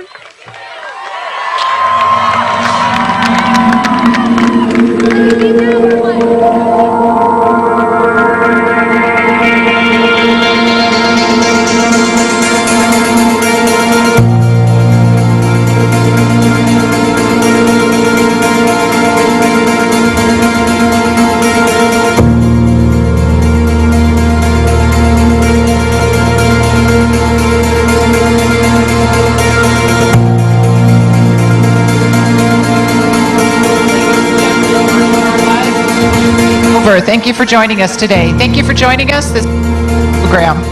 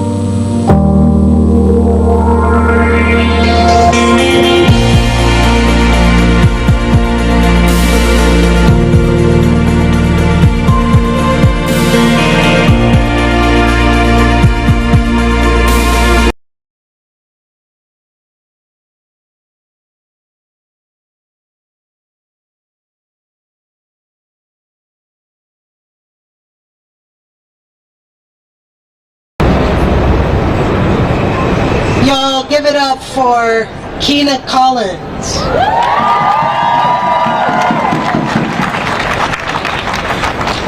I want to do a chant that Trey Bosley, who's a youth here on the south side of Chicago, does. Everyday shootings are everyday problems. Oh, we want them to hear us in Washington, D.C. Everyday shootings are everyday problems. Everyday shootings are everyday problems. My name is Keena Collins. I'm a survivor of everyday gun violence, and I'm mad as hell. My gun violence prevention story started as a child in the South Austin community here in Chicago on the west side, witnessing a young man gunned down in my neighborhood. I knew the shooter and I knew the victim, and it changed the entire trajectory of my life. We are standing here 20 plus years later, and the young people in this country should not have to be organizing these rallies, period. And I don't care if you're Democrat or Republican. We need to hold all our elected officials accountable at this point, because everyday shootings are everyday problems for everyday people all across this nation. This is June. This is Pride Month. And from the Pulse nightclub shooting to trans women, and particularly black trans women who are nameless and faceless, guns have been taking their lives. They matter too.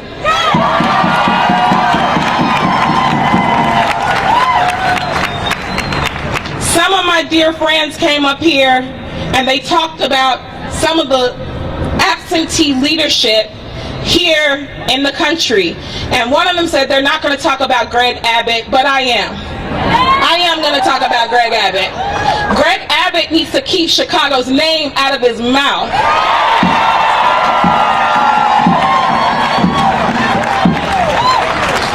Because if you want to talk about the gun violence in the city of Chicago, let's talk about where these damn guns came from in the first place. There is not a single gun shop or shooting range in the city of Chicago. We do not create guns and spread gun violence to red states, but red states have spread gun violence to the city of Chicago. And what has the response been? Not to fund mental health services, not to keep our public schools open. Our teachers don't need guns. Our teachers need resources.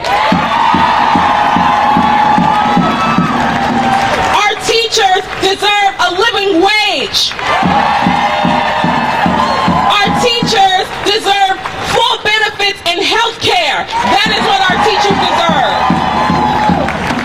What has their response been? To give $2.1 trillion in tax breaks to billionaires in this country.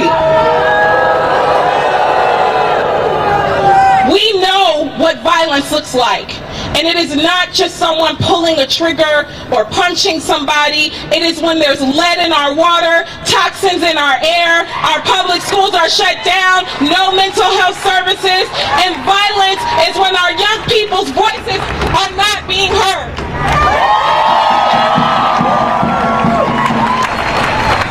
We deserve better in this moment. The children in this country deserve better. Women in this country deserve better when they are 5 times more likely to be shot in a domestic violence dispute. Let's talk about the core of what is happening. Our young men in this country are being radicalized. They are picking up guns. This is a gender-based violence fight. This is an immigrant rights fight. This is an LGBTQ fight. This is a working class fight. This is a fight for Black Lives Matter. This is a fight for all of us. And let's talk about that. Because when we say Black Lives Matter, violence with handguns and excessive use of guns by police is gun violence in this country. Breonna Taylor should be here. Rakia Boyd should be here. Our young people should be here. Laquan McDonald should be here. In the last, from the time Columbine has happened until now, our government has spent $1 billion in policing our schools, and it has not kept our children safer. Our educators have said what our students need. They need an outlet. We need to hold space for them. They need brave space. They need an interjection that doesn't involve police officers, and yet the plan has been to double down. If we think that guns, more guns, is what keeps us safe, then we would be the safest nation in the world. I am outraged for the families and the voters and the residents and the parents and the people of Uvalde, Texas, as 19 police officers stood in a hallway as children died. And that was a human moment. We are a people that believes in forgiveness, and we believe in the arc of restorative justice. They were scared of the AR-15, so if the police are scared, why the hell does anybody need an AR-15?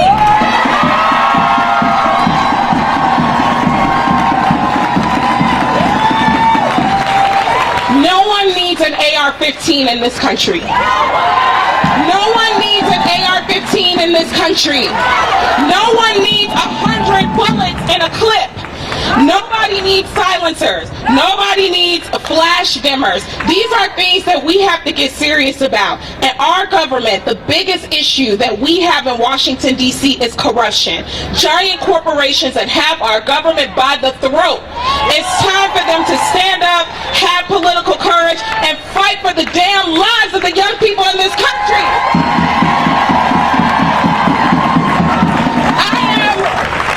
I am done, because I will stay up here, y'all. I am so proud of the young, let's give it up for the young people here today. You did this. This was you. This was you. They've got money and we got people. And when we got the people on our side, we win. They've got money and we've got people.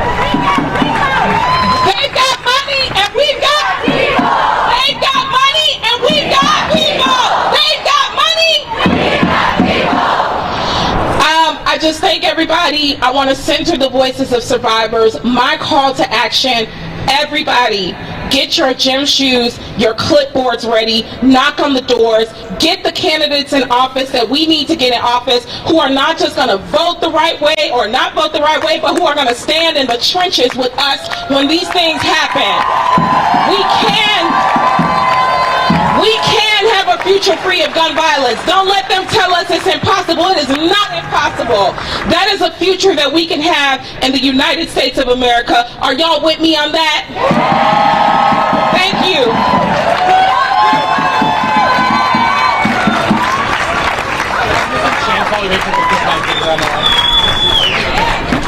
Hi, my name is Laura Hachiosmanu. I'm one of the organizers of this march. I wanted to say a very big thank you to Kina Collins for that amazing speech. And I wanted to say a giant thank you to all of you for being here today. This would not happen if you weren't here. While we wait for our next speakers, we're going to lead some chants, and I need you to all do me a favor. I want you to make sure that we're heard all the way in D.C. Can you do that? I think you know this one. Show me what democracy looks like! This is what democracy looks like! Show me what democracy looks like! This is what democracy looks like! Show me what democracy looks like! This is what democracy looks like! Show me what democracy looks like! This is what democracy looks like! Show me what democracy looks like! This is what democracy looks like! Show me what democracy democracy looks like. Show me what democracy looks like. Show me what democracy looks like.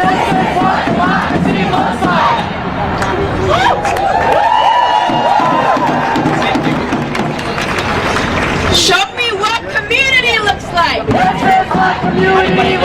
Show me what community looks like. Show me what community looks like. Show me what community looks like. No justice. No peace. No justice. No peace. No justice. No peace. No justice. No peace.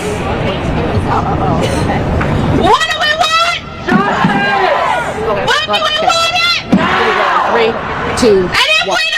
The numbers may not have been large, but the people here say their commitment to advocate for gun control and against gun violence has never been stronger. And if we don't get it, and here's the close.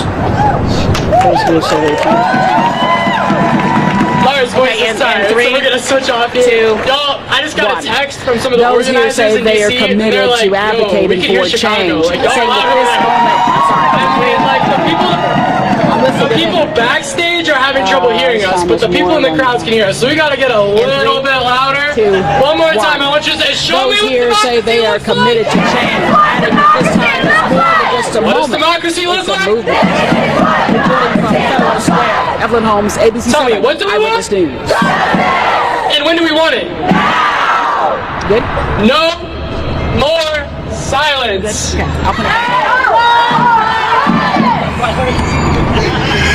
Again, no more silence.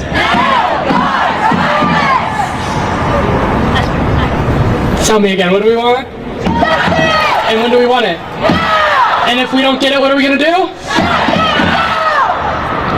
Thank you all again for coming out to today's March for Our Lives Chicago event. I want to reiterate for folks that are just now joining us the importance of this moment, but that it's really important within this movement that we've created here the last 4 years and that other organizations were doing long before that in Chicago and in cities around the country. Today is a moment. People are out here, people are angry, people are letting their voices be heard today. But if y'all go home and you sleep good tonight and wake up tomorrow and you wait for 4 more years and there's another March for Our Lives, nothing is getting done. I know it's been said today, but I want to remind you, you need to go home and call your representatives. You need to go home and email your senators. You need to contact the people that are supposed to be representing you. And if they're not representing you, they're not doing their job. And so they need to get out of office. Pass the bills or get out. Pass the bills or get out. It's as simple as that. And I think that today's event here really shows Congress, this is what we want. Clearly, there are people here, and there are people at over 450 other local marches all across America and even internationally. Yo, gun violence is a uniquely American issue, and I know it's been said today, but if more guns and giving people more and more guns really made us safer, would we have the worst gun violence in basically the world? I don't think so. So, again, pass the bills or get out of office. It's that simple. Go home, call them, text them, email them, show up to their office, organize your own events, get out and vote. If your brother, sister, best friend, mom, whoever isn't registered to vote, that's a problem. It's not that challenging, although they do like to make it pretty tricky for you here. You can go online and register to vote in just a couple of minutes. So go home, that's your homework. Register someone to vote. Help them get out to the primaries. Get them out to vote because that is the voice we have. And on top of that, we have this. Look at this voice. Look at all of these people here telling us something needs to change. It is that simple. Something needs to change. And with all of us together, that is going to happen. Want to say anything? Okay, we're going to do a couple more chants. We're going to put some more music on. Y'all can make more posters. We've got a couple more speakers we'd love for y'all to stick around for coming from organizations like Good Kids Mad City that we're working on assisting with transportation on right now. So we'd love for y'all to stick around, keep rallying. Again, we've got more t-shirts. We still got chalk and posters to be made. Yeah, let's get loud, people.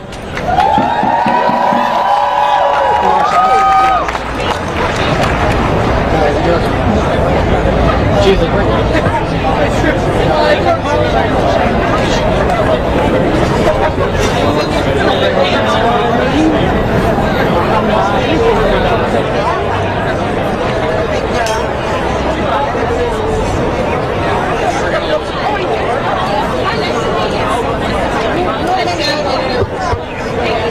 This is off, sir. Thank you. Not a problem. I think we're good. All right. I know.